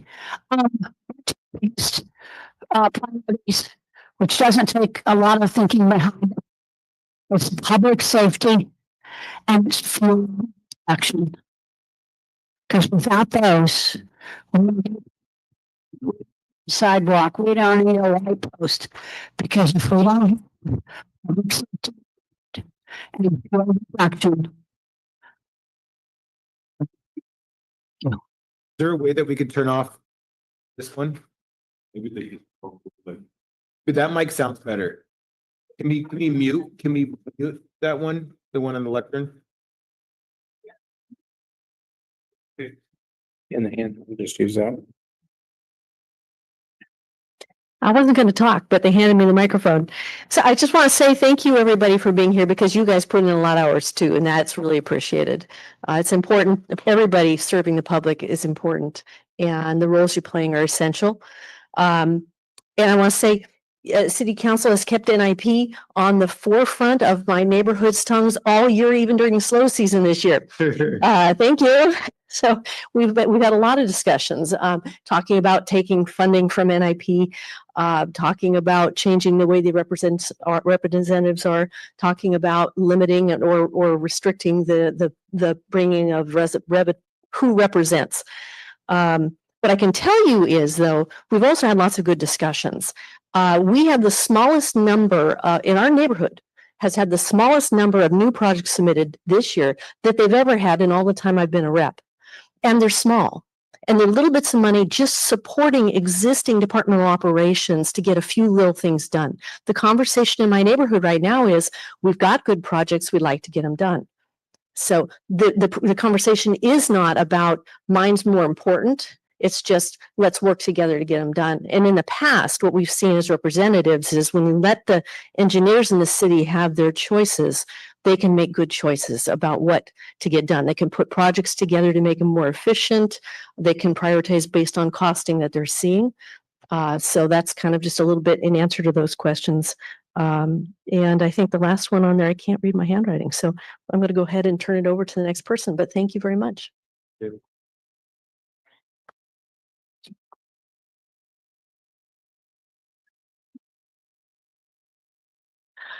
It seems the most pressing problem is really the backlog. You brought up some very interesting topics and term limits and other things, but it does seem to me that we can do a great job of our process and have great projects and do all that work. But if we can't get them done, then all of that is for naught. So I'm curious whether other cities have this same problem, or is it unique to Monterey because of the cost of living, and how perhaps other cities have addressed this. And the changing of the charter so that it includes maintenance. is that something that would also be impacted by the short staffing, or is that something that's just a dollar issue? So I'd be kind of interested in hearing the city's comments on those areas. Thanks. Hans, do you have any thoughts on those comments? Yeah, so engineers are a scarce resource across every city and every public agency and private engineering companies. So it's not a city of Monterey issue. It doesn't help, of course, that we have a high cost of living, but that's why when we look at the compensation and also we have a retention I don't want to call it bonus, but we provide annually $12,000 to engineers if they stay employed with the city, $3,000 per quarter. So every quarter they are getting $3,000 as a gratitude to stay. And we pay top salaries in the Tri-County area. We still cannot attract qualified engineers. We can hire engineers, but they are not qualified enough for our standards. And they would not pass muster for us to do good, solid project work. So the picking is to find qualified candidates is absolutely slim. The cost of living doesn't help us, but we have the same challenges in other cities as well. Our staff is occasionally on interview panels in other cities when they hire engineers. And so we know also what is going on in other cities. So we are not unique with that. And we're trying to mitigate it through our compensation, but that doesn't help. Still, an engineer on city staff is less expensive and I want to say also more productive than anything we can buy on the market right now. We would pay way more dollars for that. That applies to many other professions in the city, but also especially to the engineering profession right now. With respect to the maintenance, that is a topic that comes up from time to time. I share with council every single time when we have projects coming forward to approval for the city council. And I've started this probably in 2010, 2011. In my different function in public works, that all those projects will require maintenance dollars. If we have brand new NCIP projects that are not upgrading a fire station like Fire Station 1213 or something like that, but creating brand new projects, they require maintenance cost. And we are not getting a dime from the NCIP for maintenance of that because that's not part of the charter. But the council and the community needs to be aware that those maintenance costs continually burden the budget, and the revenue side cannot keep up with all the other challenges that we have, that we can afford also projects that cost additional maintenance dollars. And I understand from some conversations that maybe also NCIP member had or council members had, that's a topic that we need to tackle one way or another, because again, one of the great examples, it's not a big cost item, but are those speed signal signs that we have in the neighborhood that do traffic calming, and where the unhoused use the solar power there to go back into their encampments. And we have quite a number of those panels that are not functional because the solar panels get done, or we have now panels that are 10, 12 years old or need to be replaced. We don't have funding to just replace them. We don't have funding to put new solar panels on there and have them fixed. That's a very tiny project, but any new type of project that does not work in the existing infrastructure, that does not improve or maintain, rehabilitate existing infrastructure, anything new will cost maintenance. And there are great intentions for many of those projects, but what we always forget is that those maintenance dollars will come from the operational budgets. And it's my hope that when we look at the NCIP in the future, that we also consider those costs and allocate funding to that. It cannot be done without, it can only be done through a charter amendment, because our interpretation is very clear that the NCRP or the charter prevents allocating money to ordinary maintenance services. So that's, Amy, hopefully the right answer. Not the right one, but that hopefully answers it. Hans, can you, while you have the mic, could you help distinguish between what kind of maintenance projects that type of fund could potentially cover versus ones that might require a new project to be submitted? Because I understand that when maintenance is needed for certain projects, that oftentimes there are projects submitted. So how do we distinguish between the two? So it's a great question, and I want to give the example of Fire Station 12 or Fire Station 13. The NCIP for Fire Station 12 has last council meeting allowed to propose to the council to award another $900,000 to $1.9 million. That's a capital project. That's a project that basically is not a maintenance project. It creates, it rehabilitates the fire station on so many levels. Once the project is completed, once the $1.9 million are spent, the ongoing maintenance has to become from the city's maintenance budget. So I'm not suggesting that you have to take that on for the fire stations. So that's the misinterpretation, hopefully, that nobody makes. But I give you that as an example because the fire station, once it's completed, needs to be repainted. The toilets need to be replaced. The flushers need to be done. Light bulbs need to be replaced. There may be catastrophic failures in the kitchen, stuff has to be replaced. These are then the maintenance costs that are going on an ongoing basis. What I emphasize for the NCIP is that brand new projects that are coming to us will have a cost burden for us to maintain and to repair and to upgrade and to fix.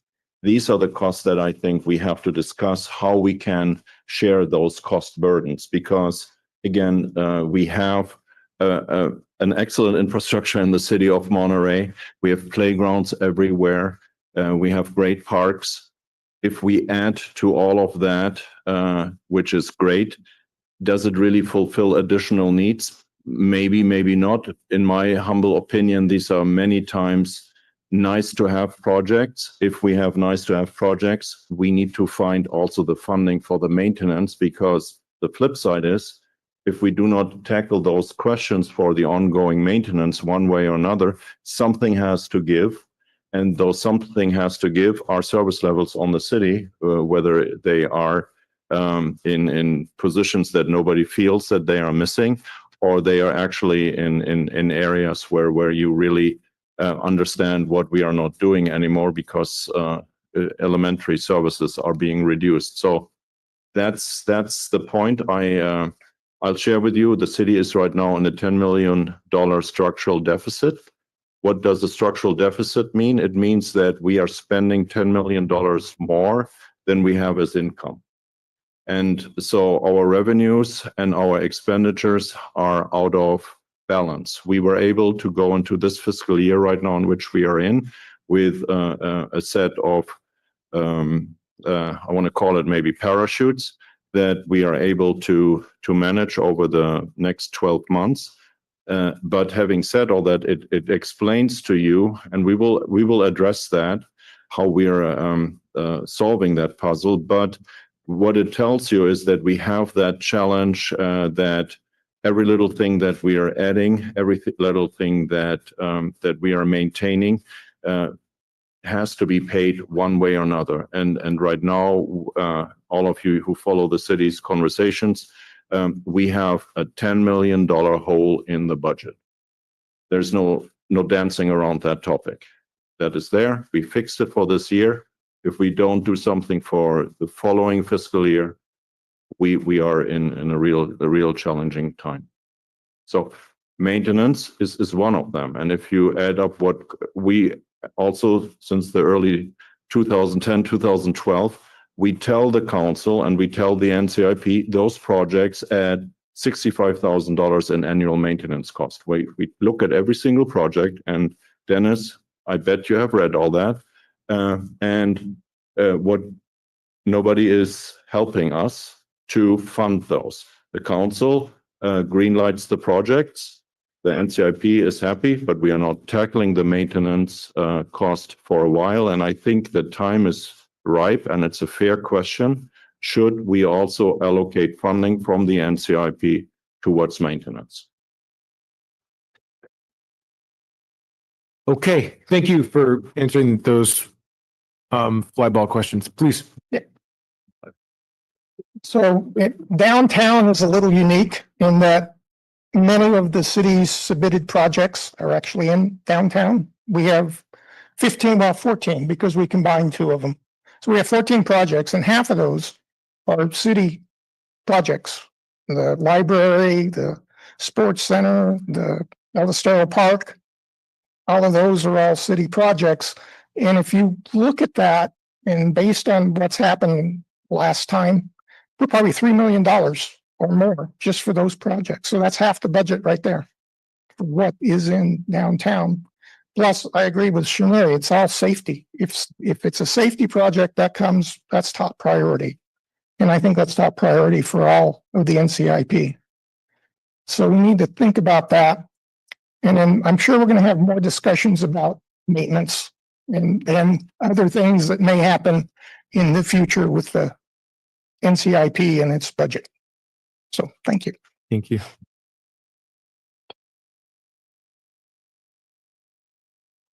First, I'd like to thank everybody. I was one of the people who was newly appointed last year, and I was actually questioning my decision to accept the nomination and appointment after that first city council meeting, but everybody has been very welcoming. I want to really credit Shaneri and Dennis for their leadership. I think that has a lot to do with for lack of a better term, change of tone.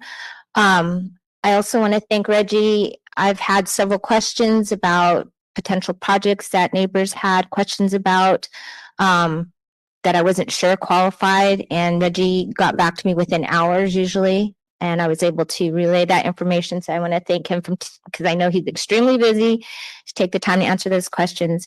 Casanova Oak Mills had 8 projects. 2 of those were for speeding, and the rest centered around our park, which I think shows how much our residents value the park. We've been trying to figure out ways to get programs back into our rec center, but just the park outside itself, there's been 5 projects. So, and speeding seems to be a common issue in our neighborhood. The speed signs, while they may help a little bit, they're not doing the job. And so we're trying to figure out other ways to address that. So that goes along with Lee's comment about public safety being an issue.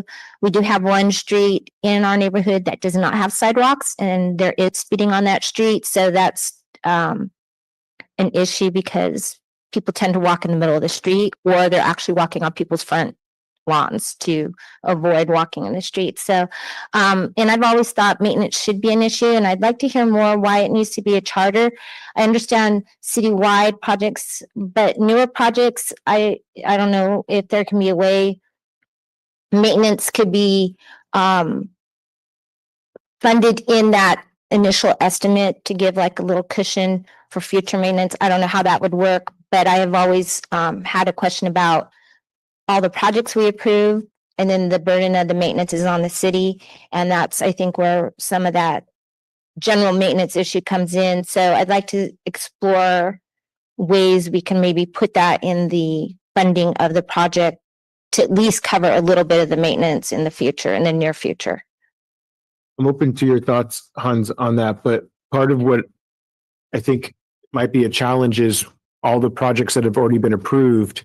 How do we set funding for the maintenance of those if we were to pursue that? I'm not sure if you have any.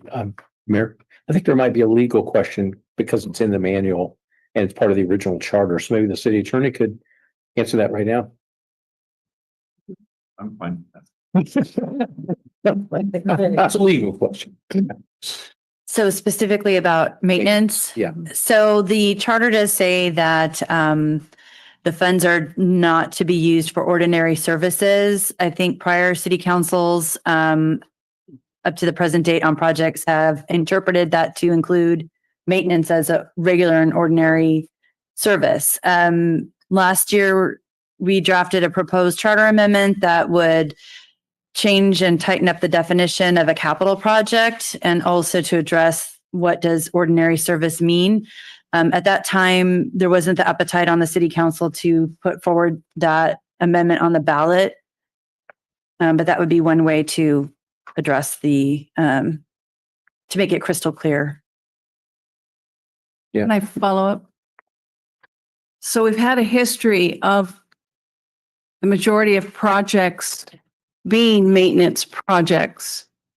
And given that the language in the charter amendment text is only, it cannot include ordinary services, might we be at a time where maintenance is not an ordinary service, but it's evolved into something we have taken on? That's over $3 million. And can we, without a charter amendment,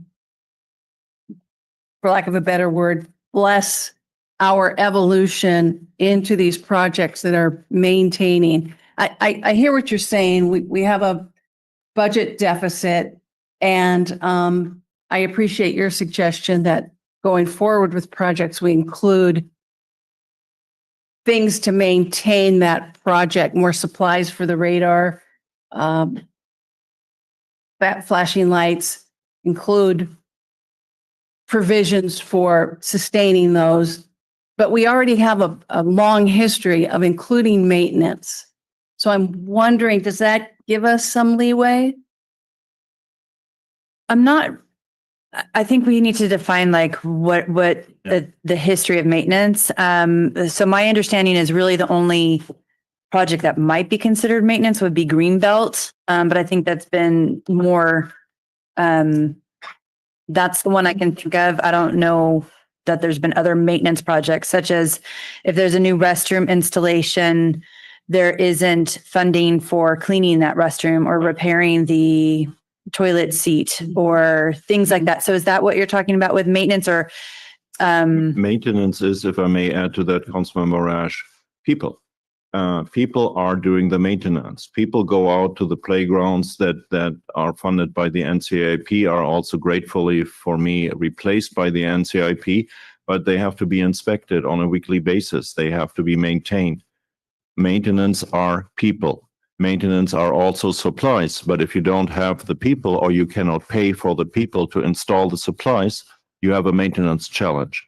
And the former interpretation of the NCIP was that the only personnel the NCIP is paying for is the position of Reggie right now, who is tasked as a full-time paid employee by the NCIP to work exclusively on the NCIP.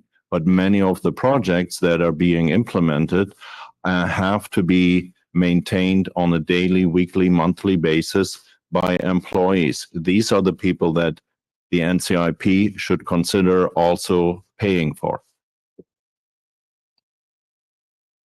The sports center is not an NCIP project. Dennis the Menace was not, the library, the conference center. So thinking of creating a maintenance fund citywide is a little uncomfortable for me. I don't beg off the question of we need more money. I'm not sure a ballot initiative for a maintenance fund for projects that were never initially maintenance is where I would want to go. I do think we're spending so much on maintenance through NCIP, like in Jamie's district, the repair of the boardwalk and putting the planks in there. That's maintenance. I mean, we call it a capital improvement, but it's maintenance. And I understand that the repair of the fire station is a capital improvement, but we're maintaining the fire stations. So I'm looking for a commonality acknowledging that rather than a ballot initiative is. Yeah, I appreciate that. And you make a great, give me a great example about the boardwalks there, because the genesis and the history of those boardwalks date back to my first days of hire when bit by bit, Jamie, we extended those boardwalks that we have in that particular neighborhood. There were projects lined up to, now we want to go here, now we want to go there. But what happens when the wind blows? It's full of sand. What do we get? A phone call. It's full of sand. Somebody needs to come and fix it. Or some idiot destroyed 3-4 boards and we have to replace it. This is, yes, absolutely. You have a great example there. They increase the quality of life. They make it beaches more accessible in that area. But you have to have someone there who goes through there and blows the sand away. What do we have to fight? Oh, the guy doesn't work with a battery operated blower. And so every 30 minutes, you want the guy to go back and have a fresh battery. I'm just saying, sorry for that side bar, but these are the day-to-day challenges we have. Acknowledge. And so Right. Sports Center is another great example where I think the NCIP has absolutely supported over the years with many projects, the Sports Center. So when I talk about the Sports Center and when I talk about the locker room upgrades, the lighting upgrades, all the various helps that we have received from the NCIP, there's nothing else than really appreciation going out for that. But at the end of the day, many of the projects also that we have outside of the Sports Center are projects where we also require people to maintain them. And when we see certain projects that come forward, we just see maintenance dollars. And that makes us a little bit antsy to really push those projects jointly forward with the project proponents. Mayor, can I follow up and maybe, I don't know, you don't want a lot of opinion right now, but I wanted to sort of close the gap on, it seems like we need a really good definition of what maintenance is. We're talking about maintenance. I think we all understand it tonight. Whether it's a charter amendment, whether it's could be interpreted into what's currently the charter, I don't know. I'm not a lawyer, but it seems like the city manager's given us a really good sort of model to think about defining what maintenance is. And I'm thinking about back to the public safety that many of you have already indicated is very important. And when we look at the locations that we can put public safety, radar positions, or other equipment that they might have, that does have a life. So when it's purchased, it's probably got 3 to 7 years. And then sometimes you can't upgrade it, but we do need to replace it. So the replacement might not be covered, but until it's no longer serviceable, we should be able to maintain it. But currently, we need a definition of what that maintenance is so that we can say, if we've invested in CIP dollars in purchases of something that you've said is important, we've concurred, we've purchased it, we've installed it, we do need to have some sort of a factored in of what's the life of this piece of equipment going to be, and how do we prorate that into the overall cost that we're anticipating that the thing will be broken at some point, but also may require labor costs monthly or weekly to service that installation, whatever that may be, if it's outhouses or walkways. So it looks like there's an opportunity to kind of really think about where there's a choice. Is it defining maintenance and trying to do it now, or is it going to require a charter? So I guess we would just need to lean into the legal question. Are we limited to do it without a charter change? And I don't necessarily need an answer. It's on the scope. I mean, so I'm Yeah. hearing what Councilmember Rash is saying, and I'm hearing what you're saying, and Yeah. I don't think that's an impossible goal to have. And it maybe depends on the language or how, ultimately what you consider maintenance. And then we'd have to think about that. So I'm not saying it's impossible, but, I hear what you're saying. You're saying give the asset a life. Yeah. And I also hear that Councilmember Rash is maybe characterizing what staff might consider to be a capital project as maintenance, like a conference center renovation. It's renovating the building. We view that as a capital project, and in your view, that might be maintenance, or a roof replacement might be considered maintenance under a different interpretation, and not a capital project. So I think we're all kind of talking about the same thing. It might be some semantics that could be fleshed out. Yeah. So let's put a bookmark in there. I knew that this was a topic of question, and your how you stated it is exactly it. We need to, I think, better define what that looks like, regardless of whether or not we move forward with a ballot initiative. So who was next? Scott, please. Well, thanks. Now I think I understand better. It's a question of definitions. And just off the top of my head, my preference would be to do it the easy way rather than the hard way through a charter amendment. I think the committee would be cooperative in making whatever changes need to be made. I just want to thank Reggie and Andrea for the schedule this year. It's a whole lot different than the past. And Shanae and Dennis for working along with that. I really appreciate the sense of collaboration this year, and it's really a welcome change is all I can say. Thank you. Thanks, Scott.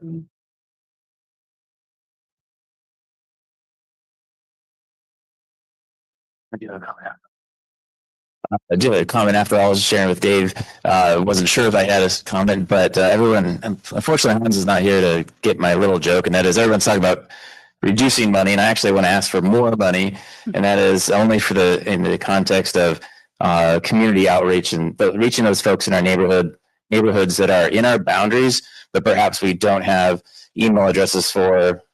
Personally, I don't have the time to walk door to door, and nobody would feel comfortable doing so.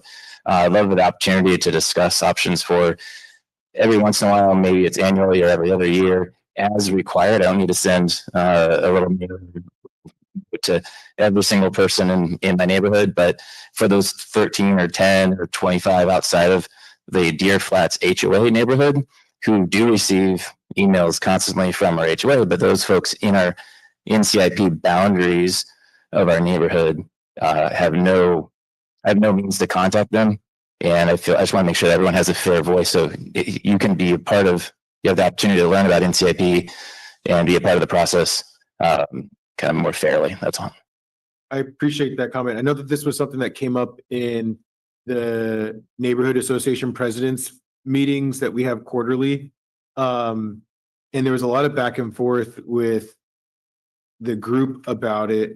And part of the challenge is if we're giving funding to the neighborhood associations, that creates some challenges, but I kind of wish Hans was here too, because I almost want to ask, and maybe this could just be left, I maybe might pose it to Chrissy. But could we as a city send out like an annual mailer that kind of helps communicate what their neighborhood association, and break it up based off of your address? You fall in right, you have a specific mail. It's samely formatted, but it changes some of the verbiage as it relates to your specific neighborhood association. Yeah, I would defer to Hans and everybody, but my initial thought is that it's a part of the running the program. And so that can come out of the funds. It's an overhead cost, just like running a meeting, having an engineer on staff, posting the agendas. All of those are sort of overhead costs. Maybe this could be funded out of the, it's a part of doing the program. Outreach is part of the program. So yeah, there you go, Hans. Yeah. All in favor, aye. Just yes or no. Yes. You get a general sense of what that was? Yeah, because sometimes you can hear it in the back. Maybe we could ask. Don't make me answer that, Mayor. No, I did not. came from. Well, so I was just Deer Flats. giving the context of how we had this conversation in the neighborhood association president's meeting about, and I think Esther had brought this up to us a couple of times, like, hey, can the city help us out with sending a mailer out to the neighborhood? And there were some conflicts there because the neighborhood associations don't fall under the city, but could we do something to where like annually the city sends out a templated mailer that kind of changes the verbiage based off of your address that helps link you to your neighborhood? And it's just like blanket across the board. Okay, so my caveat is I was answering the question. Yeah, no, I was answering the question, not that the neighborhood associations would be able to spend money. I was saying it would be a part of the NCIP program overhead. So Could we say this is your NCIP rep? and I guess what I was trying to say in response to the gentleman's comment of having more outreach to residents in his particular neighborhood, that should be something that NCIP program can fund with the assistance of staff, if that were the direction for the manager. And that's what happens when you step out. Goes outside. You can overrule me. I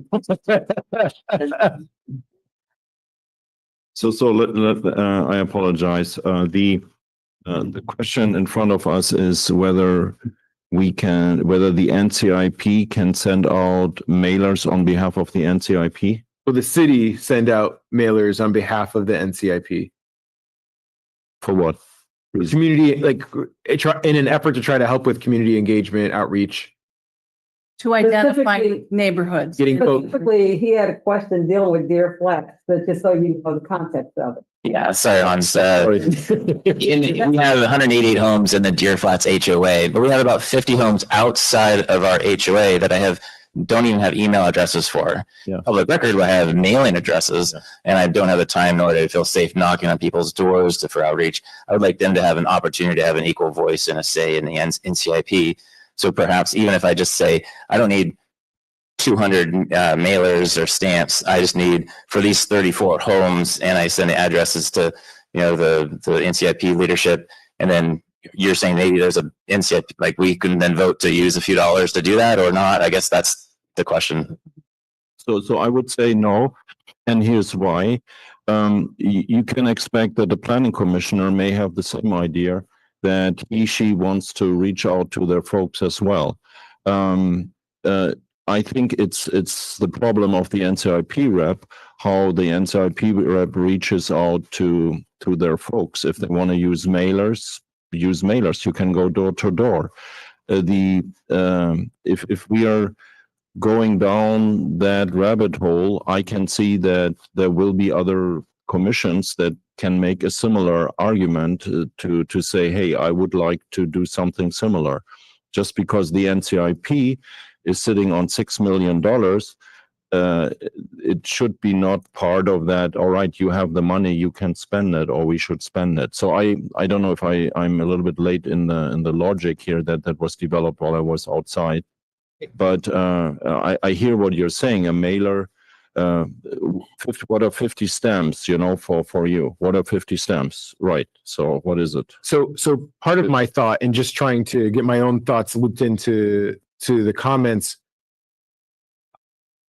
I see value in it in a way that's beneficial to the NCIP that wouldn't be the same for any of the other boards, commissions, or committees. But I think there would have to be a caveat where it's fairly accessible to all of the NCIP reps. So either we do it blanket like everybody in the city, or there's an opt-out option. So if you don't want to send it to the 150 other people that you already have contact for, that you can opt in for, you can stay in for those other ones. I think the question more is, though, not necessarily is it a good idea or not, just more of, is it possible? Can we do that? I guess is the question. So as you know, I retire on December 30th. I think we're going to start hearing a lot more of that. Cop out. Just very briefly, I talked about a $10 million deficit. Yeah. And here we are adding a little bit dollars here, a little bit there, and everyone can say what's $50, what's $350. A mass mailer to the whole community is about $9,800. So what is that, right? And we say this every single time. I stop here. But I think that kind of answers my question, though, and I understand. I mean, I'm not saying hit go. I'm just wondering, legally, is it a opportunity where we could spend the money? Councilman Garcia had a question, and then I think I heard More of a comment, and I think what I'd like to do is I really appreciate what you share, Hans, but I'd like to maybe rephrase part of the comment that it's not the representative's problem to go out and figure out that community engagement. That's a great thing, and I really appreciate the initiative to go out and think about how you're going to reach the folks that you're trying to serve, right? So that's something to be applauded, and that's something that we need to see more of. And I think where that could lead us is to think about maybe if the option that we're talking about here of maybe mailers is not a viable option, then what is a viable option that could reach the same goal? And I'm wondering if maybe even, and this is kind of thinking a little bit outside the box, and I'm just gonna share it and put it there for food for thought. Maybe in part of the project planning for NCIP, maybe there is a budgeted project that focuses on community engagement, right? As a board, right? How can the board participate in community engagement in each of the neighborhoods that are being represented? I'm just gonna put that out there. Thanks. Well, I think maybe part of the challenge is how the funds can be spent. I don't know if we can spend NCIP funds on that. It doesn't have to be. That's, I was trying to suggest it's legal as an overhead cost. I would think just like running a meeting. I see what you're saying. Administrative. It's an administrative cost of the program. In my view, I'm not saying it's policy wise, whether it's a good choice, just But that legally. I wouldn't think it was an illegal expenditure. But I think doing it as an overhead cost is something that's like a staff-driven decision as opposed to it being submitted as a project. I don't know if something like that can be submitted as a project, could it? I don't think so. Yeah, I don't think it falls into the Project Maybe not a project, but operational. a decision that as driven by yeah, as the board, they could decide that it's something that's bookmarking. Yeah. bookmarked. Okay, I'm gonna go to Councilmember Smith and then we'll finish up in the. Yeah. And the way I interpreted that is that your ask is for help in reaching your neighbors. And because you might not be able to go door to door, but if you had everybody's name of and the address in the Monterey file, that's a geo file. Marketers get that all the time. The city of Monterey may already have that in the GS file of properties and names. And instead of the city doing the list or participating or stamping it or doing the mailer or coordinating with it, I'm just saying maybe there's a way that the city could provide a list for those 15 association neighborhoods. And it's an Excel spreadsheet. It's a geo file that you can then just take. Now, the problem is every year, now you're talking about more staff time. So I think it's something to bookmark and think about, but maybe the one-time generation of a list, and then you take it from there and you make it better, but we do it the first time. And it's not that we're doing it for you. We generate the list from the home property and what we know is to be the names. So Councilmember, You can purchase that from the county. yeah, purchase. Yeah. Yeah, but again, the county just knows the owners. Right. You don't know who lives at that site. So you can write resident at 300 Glenwood Circle, apartment 169, and you have the same effect. All I'm saying is that there is a path forward, like you indicate, to do that. Yeah. And unfortunately, the city doesn't have those geo lists. We have a list of addresses and the property owners. Yeah. And some of them may live in that property, some may not live and live outside of town. Right. So. Yeah, and I think that there's a offline, once upon a time, I purchased a citywide list of every address and it cost $350. So I think there's a way to do that offline to maybe get you what you need. Yes, sir. The scale is really maybe 30, 40 homes on Google Maps. I can just easily read off so we're not talking, for me personally, the outreach is very small. Yeah. All right. Yeah. So Thank you guys very much for your time. we're going to bookmark that one because I think it's a good one. Did you have anything else before you passed the mic already? So thank you for the comment, Scott. All right. All right, thank you, Dave Robertson. This last year when Scott came aboard, became the alternate for Deer Flats. And, since I've been with the committee for 10 plus years now, it seems like that process, what you shared is not new information. We've seen the backlog for years and years and years. I think what's revealed now is the budget deficit. And I think it's really unfair to our public to kind of advertise a program and taking all these inputs in and high number of projects and just increasing the backlog. But I don't think we're going to resolve that here. And I would propose maybe a NCIP meeting where we would talk about some limiting factors for what we're actually going to propose. And I think we've always worked well with the city and the council on priorities. And as has been said here, safety, public safety and fire. I think we can do well going forward. I would not want to see another 30 or 40 projects because how have we done in the past? We've done it by a percentage of the budget that we get from TOT and we just spend that money that's allocated for NCIP for that year and just keep adding, to that. So I think there is a way on the issue of maintenance too. I think it depends on the project. Deer Flats a hardscape, just public land, those on our entrance to the property, and we maintain that. What's it called? Would you the 10% to the project contingency?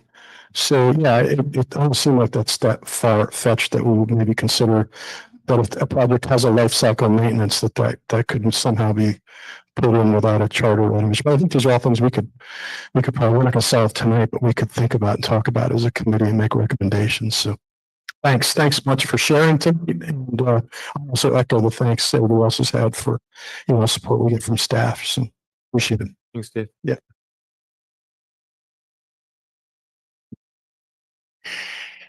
Yeah, definitely the thanks, especially to our new chairperson who's been working really hard and definitely has been talking to us and getting our opinions as well. So she's been doing really well and we're very proud of her.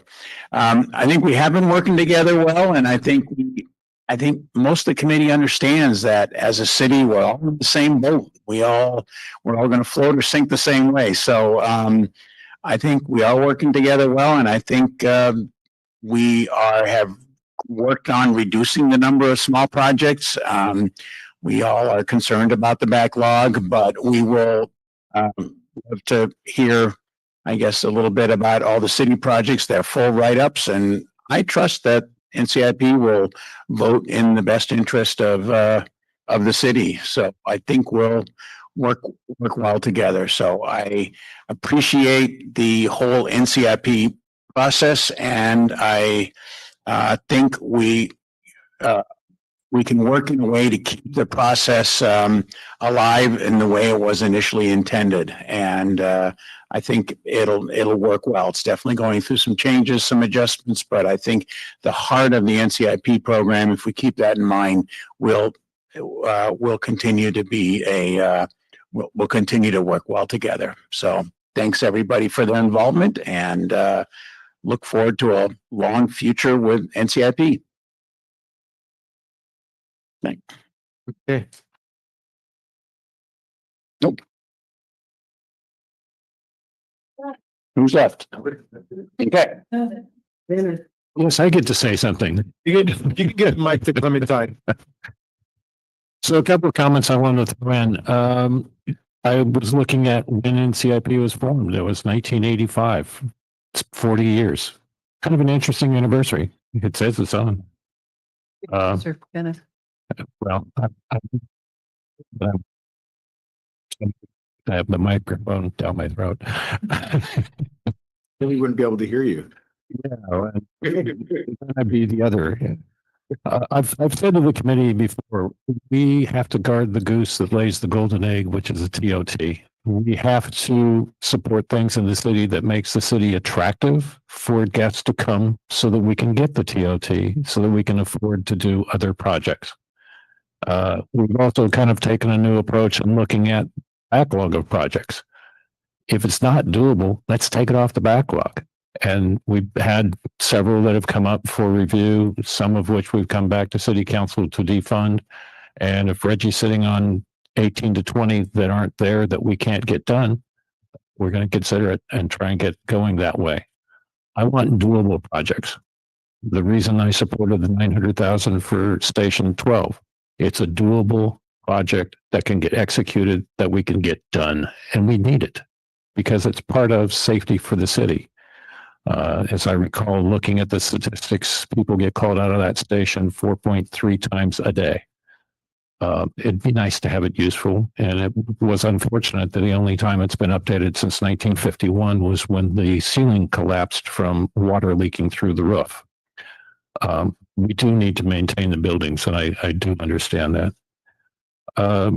I'd like to see very few big ticket projects take up the amount of money that we have this year, and that they be important ones, very much like Lee was saying, public safety and the fuel potential damage that we've seen from some of the fires that were down south and et cetera, that could cause problems for our city. As to the property, I'm an accountant, so I tend to think a little bit differently than most folks. If you're spending money on extending the useful life of an asset, that's a capital expenditure. If you're just maintaining an asset so you can use it, that's maintenance. Okay, if radar speed sign loses its solar panel, you can't use it. Its lifetime is over. If I add another solar to it, I can still use it. So to me, that's a capital expenditure. It's a matter of definitions and how you put it together. So I think there's ways to do that.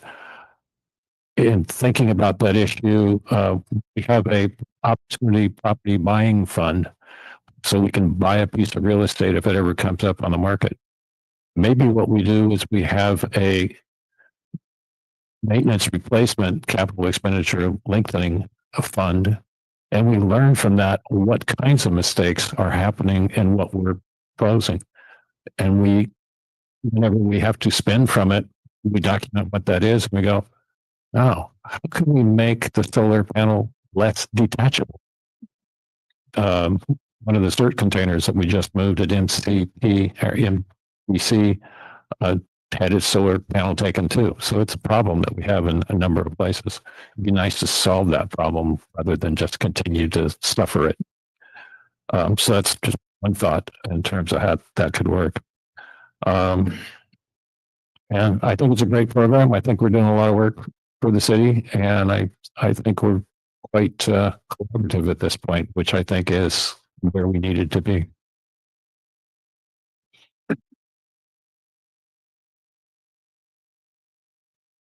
Sinead, did you have any last comments that you wanted to share? Okay, we'll bring it to the council.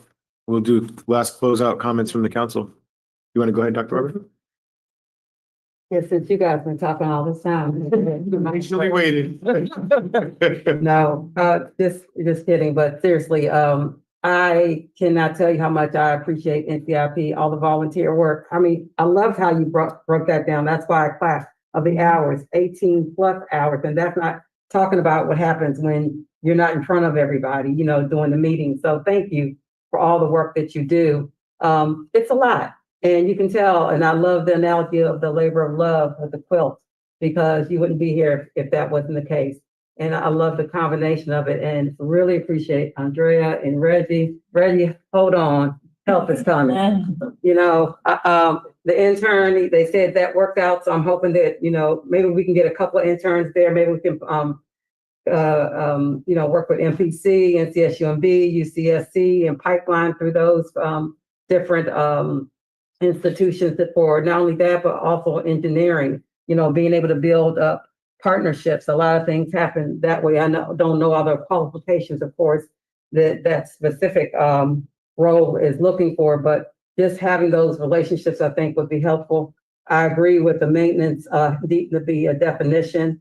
I like how you were thinking, Dennis, is making sure to go. To me, it's almost like a cleanup year, right? You go and you start cleaning up. Okay, off what works and what doesn't work. What's doable and what's not doable, and getting it off the books so that you can have a cleanup year to have everything together of what's doable to see more projects done, and not just saying, oh, we approved 105 projects, since 2021, but have a low rating of what's being done. So I think being able to balance out that ratio is going to look great. So thank you to everyone and all of your hard work. And I do look forward to working together to do bigger and better things and getting a definition for the maintenance part, and also the bookmark part, of course, about the how the outreach looks. So thank you.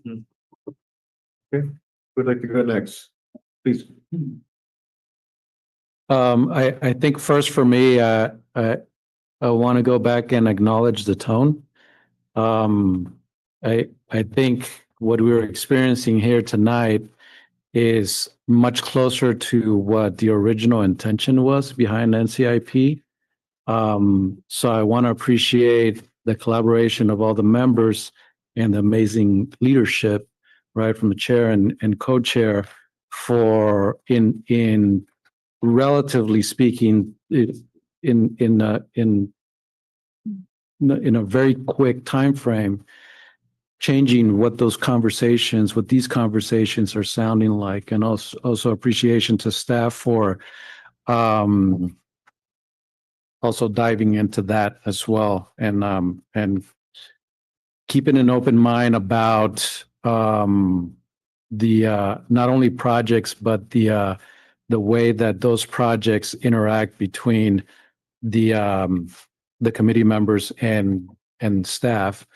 And to that point, I wanted to share that having done, as Mr. Mayor here had mentioned, some participatory work in the past, I think there's always that disconnect where members of the participatory group identify the whatever it is, in this case, important projects that need to be moved forward, and then how the connecting agency can either move forward with those projects or not, right? Here we have, I think, a great dynamic where in that process where these projects are being identified, you have real-time input from the agency who will be receiving those projects, right, to at least steer the conversation a little bit as to maximize everybody's time.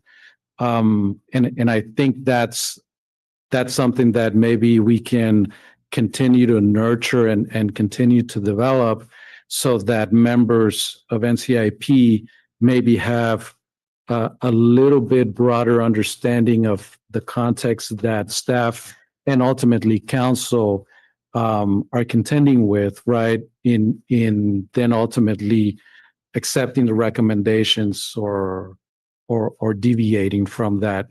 And the deviation, at least in my experience here on the dais, has been that it's not because the time and effort is not appreciated from NCIP members. I think all of us really understand that it takes a lot of time, a lot of dedication and thought and conversations to get to that list of projects. So the deviation is not about not acknowledging those efforts, but rather also what we're hearing from the rest of the constituents that we're having conversations with, who might not even understand the process of NCIP or be involved in any way, right? But also us having to have that be part of the equation so that we can better serve our constituents. I wanted to touch quickly on the item about maintenance, and also the length of the length of the list of projects. I think it is necessary to define a little bit more clearly what maintenance means, and also how long is that list of projects that will be coming to council every year. And that length can be different, I think, every year, but it's just a matter at the beginning of the process defining how long that list will be.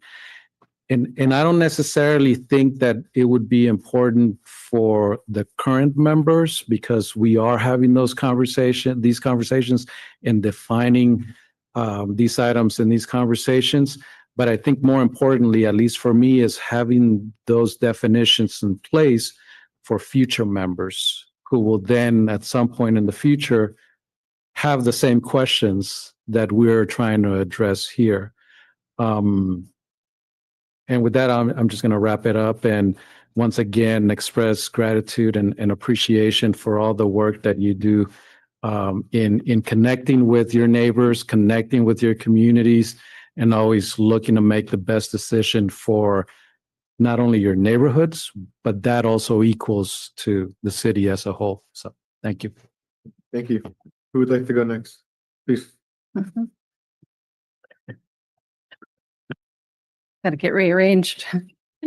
Yes, thank you to all the reps. It's a challenging job. It's a lot of work. It's a lot of hours, and it is a lot of outreach. And I had to learn how to get out of my comfort level. I mean, you really do have to learn from your community and reach out, and that's why it's hard.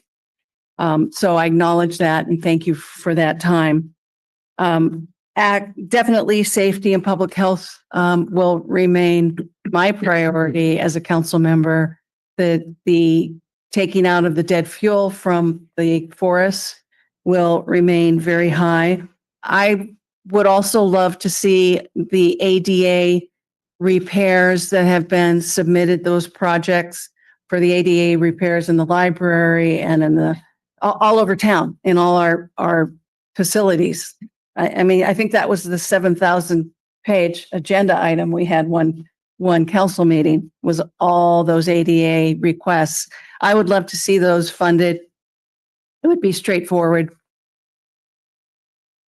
As far as the maintenance, Dave Overton, I think you had a great idea to look as representatives at attaching a maintenance instruction to it.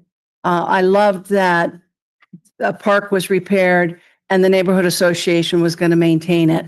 Maybe that really has a future where the committee and the reps can take on some of the burden of, in the project, talking about the long-term maintenance. I see a future there.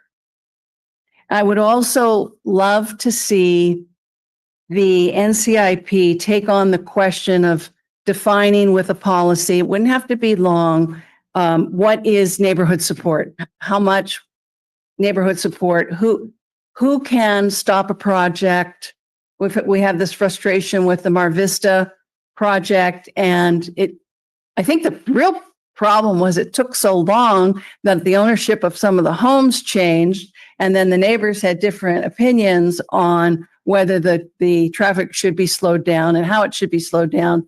But I would love to see the NCIP committee define what kind of support comes in, what kind of written support comes in with with submitting a project, and then what kind of objection can cancel it, so that all gets figured out while you're working with the project before it's voted on.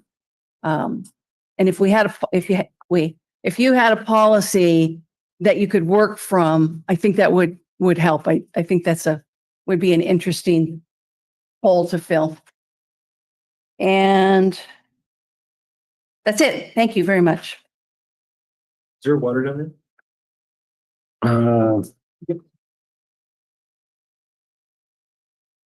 Who needs it?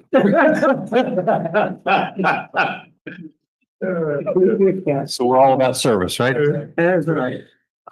So thank you very much for those of you who are here and NCIP reps, and you've all said so much. You've expressed your heartfelt, your thoughts about your neighborhood and your neighbors and their community. And for those that are watching, I know that you've got many of the presidents of your associations and members of those boards that are probably watching. Kudos to you all and those that are watching too for being able to be so articulate tonight, considering that nobody's got any sleep in the last 3 or 4 days with the auto auction stuff going on with the cars racing up and down the street. So kudos to you all for being able to muster the energy to come tonight.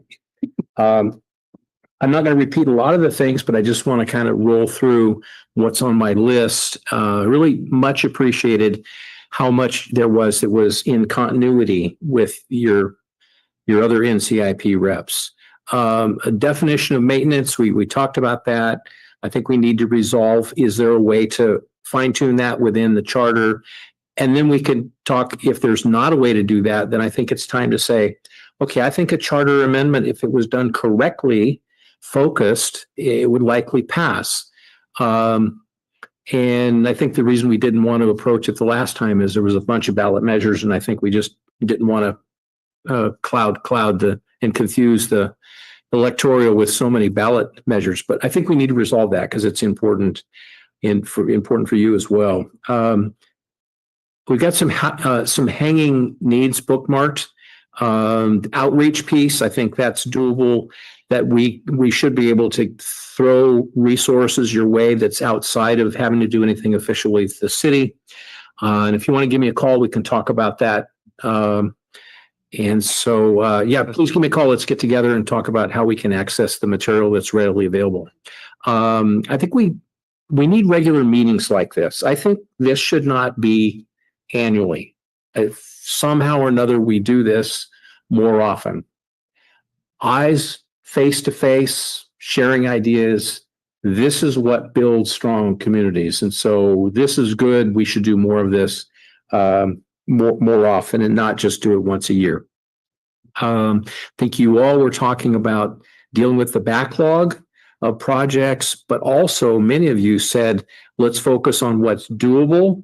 Dennis's word, figuring out what's doable and what's important. And I think that that's something that you all could go back and really chew through in terms of, is 2026 the year to give staff and Reggie a chance to catch up? And we've had a few years like that in the past where we just said no new projects and they pile through those projects. So this might be one of those years where it's significant to say, let's take a pause and let's catch up and let's really go through the list and let's eliminate what's no longer a viable project because it's dated or it's too expensive and there's no longer any interest. But I think 2026 is an opportunity to figure out what is doable and what should be pushed forward for a great cause. And I love the link to public safety, also addressing the fuel buildup in the forest bed and forest lands in all of our neighborhoods, but focused specifically on public safety, and that has a broad definition as well. So I appreciate your thoughts. You've given me a couple of ideas. We don't have any decision making that's coming up for NCIP anytime very soon, but I think we should keep the dialogue going on whether we can figure out the maintenance decision, how we can do a better job in helping you connect to your neighbors through what we know. We've all ran elections. We've got a lot of material that I don't think any of us would mind sharing about who lives in your neighborhood and who's there and who's a renter and who's an owner and what the addresses are. So I think that there's an opportunity for us to collaborate with that more. And that's all I have. But thank you for coming and thank you for your input and your hard work. I appreciate it. Mayor? I would just say on that last point, we have to be careful with the information that we share from the campaigns. We sign that off when we get that data from the county. There's privacy information there. So, But addresses are known and exempt as long as you don't put a name. Because it's all tax-based, tax rolls. You know, the addresses are, you can figure it out on Google.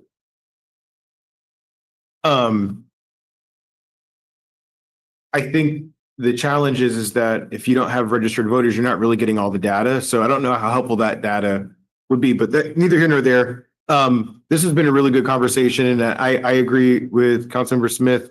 I think the more conversations that we have, the better. It would be great to have some maybe a little bit more intentionality around it, with maybe an agenda, or maybe the chair, vice chair, mayor, vice mayor can sit and look at like the outcomes of the meeting, and maybe creating some level of expectation in regards to moving the conversation forward. It's great to sit here and have a kumbaya and thank everybody. But I think we have a lot of work in front of us. And so how do we chisel down on some of this so that we feel that we're making some progress? There's been a lot of progress already done. And so I want to acknowledge it. I want to thank everybody that's been involved in it. And I just want to do a quick recap of what I heard as far as some of the major takeaways from today. Backlog being the top priority, and embedded in that is how do we address potentially creating a cap around how many projects that we're doing to ensure that we're focused on not creating that backlog. And I think the point was well made in regards to this expectation that we're setting up for residents to submit projects and then for it to get approved and then for us not to take it on for years on end. That has an effect on residents' ability to be able to stay engaged and involved and feel like what they're doing and spending their time doing is making a difference. So I think chiseling down on that and having that hard conversation is going to be really helpful. The idea of maintenance and how we define that and how do we move forward with that, I think is the second thing that I would bring up. The third is this conversation around community engagement and outreach. How can we better work with each other to support efforts to let the residents know this great opportunity that's available for folks, and just trying to find ways to get more folks engaged. And then the last thing is, and I think Jean brought this up, so I appreciate you bringing it up, but this idea about who could stop a project. And I actually almost would ask the question now to staff. And Andrea, I'm not sure if you're the right person to ask. I vaguely remember having this conversation at the last council meeting, but during an NCIP meeting earlier this year, it was like, yes, there's something in the policy that says anybody can stop it or something, but the NCIP could still vote to move it forward to the council for consideration. So could you speak to that a little bit, just to have some clarity there in regards to what that is? Por favor. Chrissy, help me if I don't quite remember, but I think in the past, when we had the really big, long NCAP, there's some certain rules. There's 300 feet, and it was just a lot more detailed. So in a new manual, we do talk about some of the residents that are directly affected.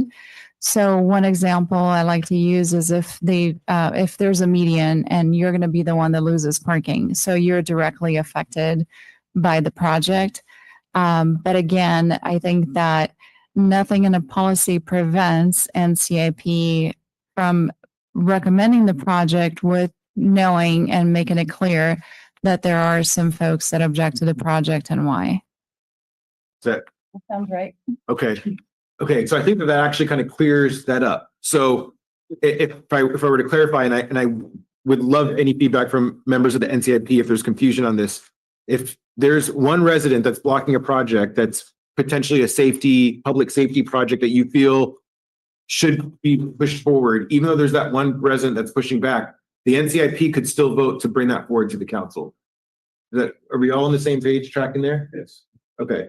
Right. And I think lately it's been that the project gets approved and then the pushback afterwards starts on Reggie.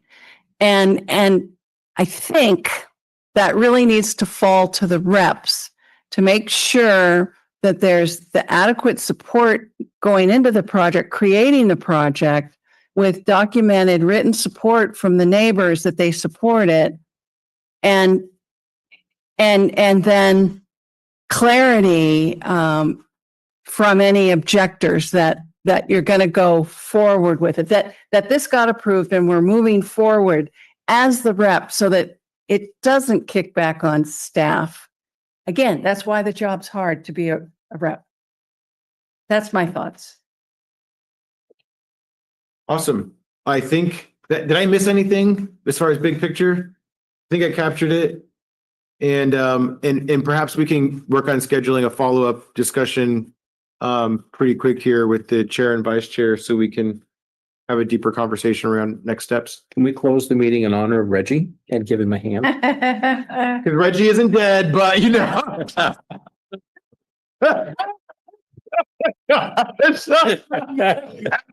Thank you, Reggie. Your hand for Reggie and Andrea. Yeah, and give it up. Because you might need to walk him out tonight. I mean, I'm just saying. All right, awesome. Again, thank you, everybody. With that, I'm going to go ahead and adjourn the meeting.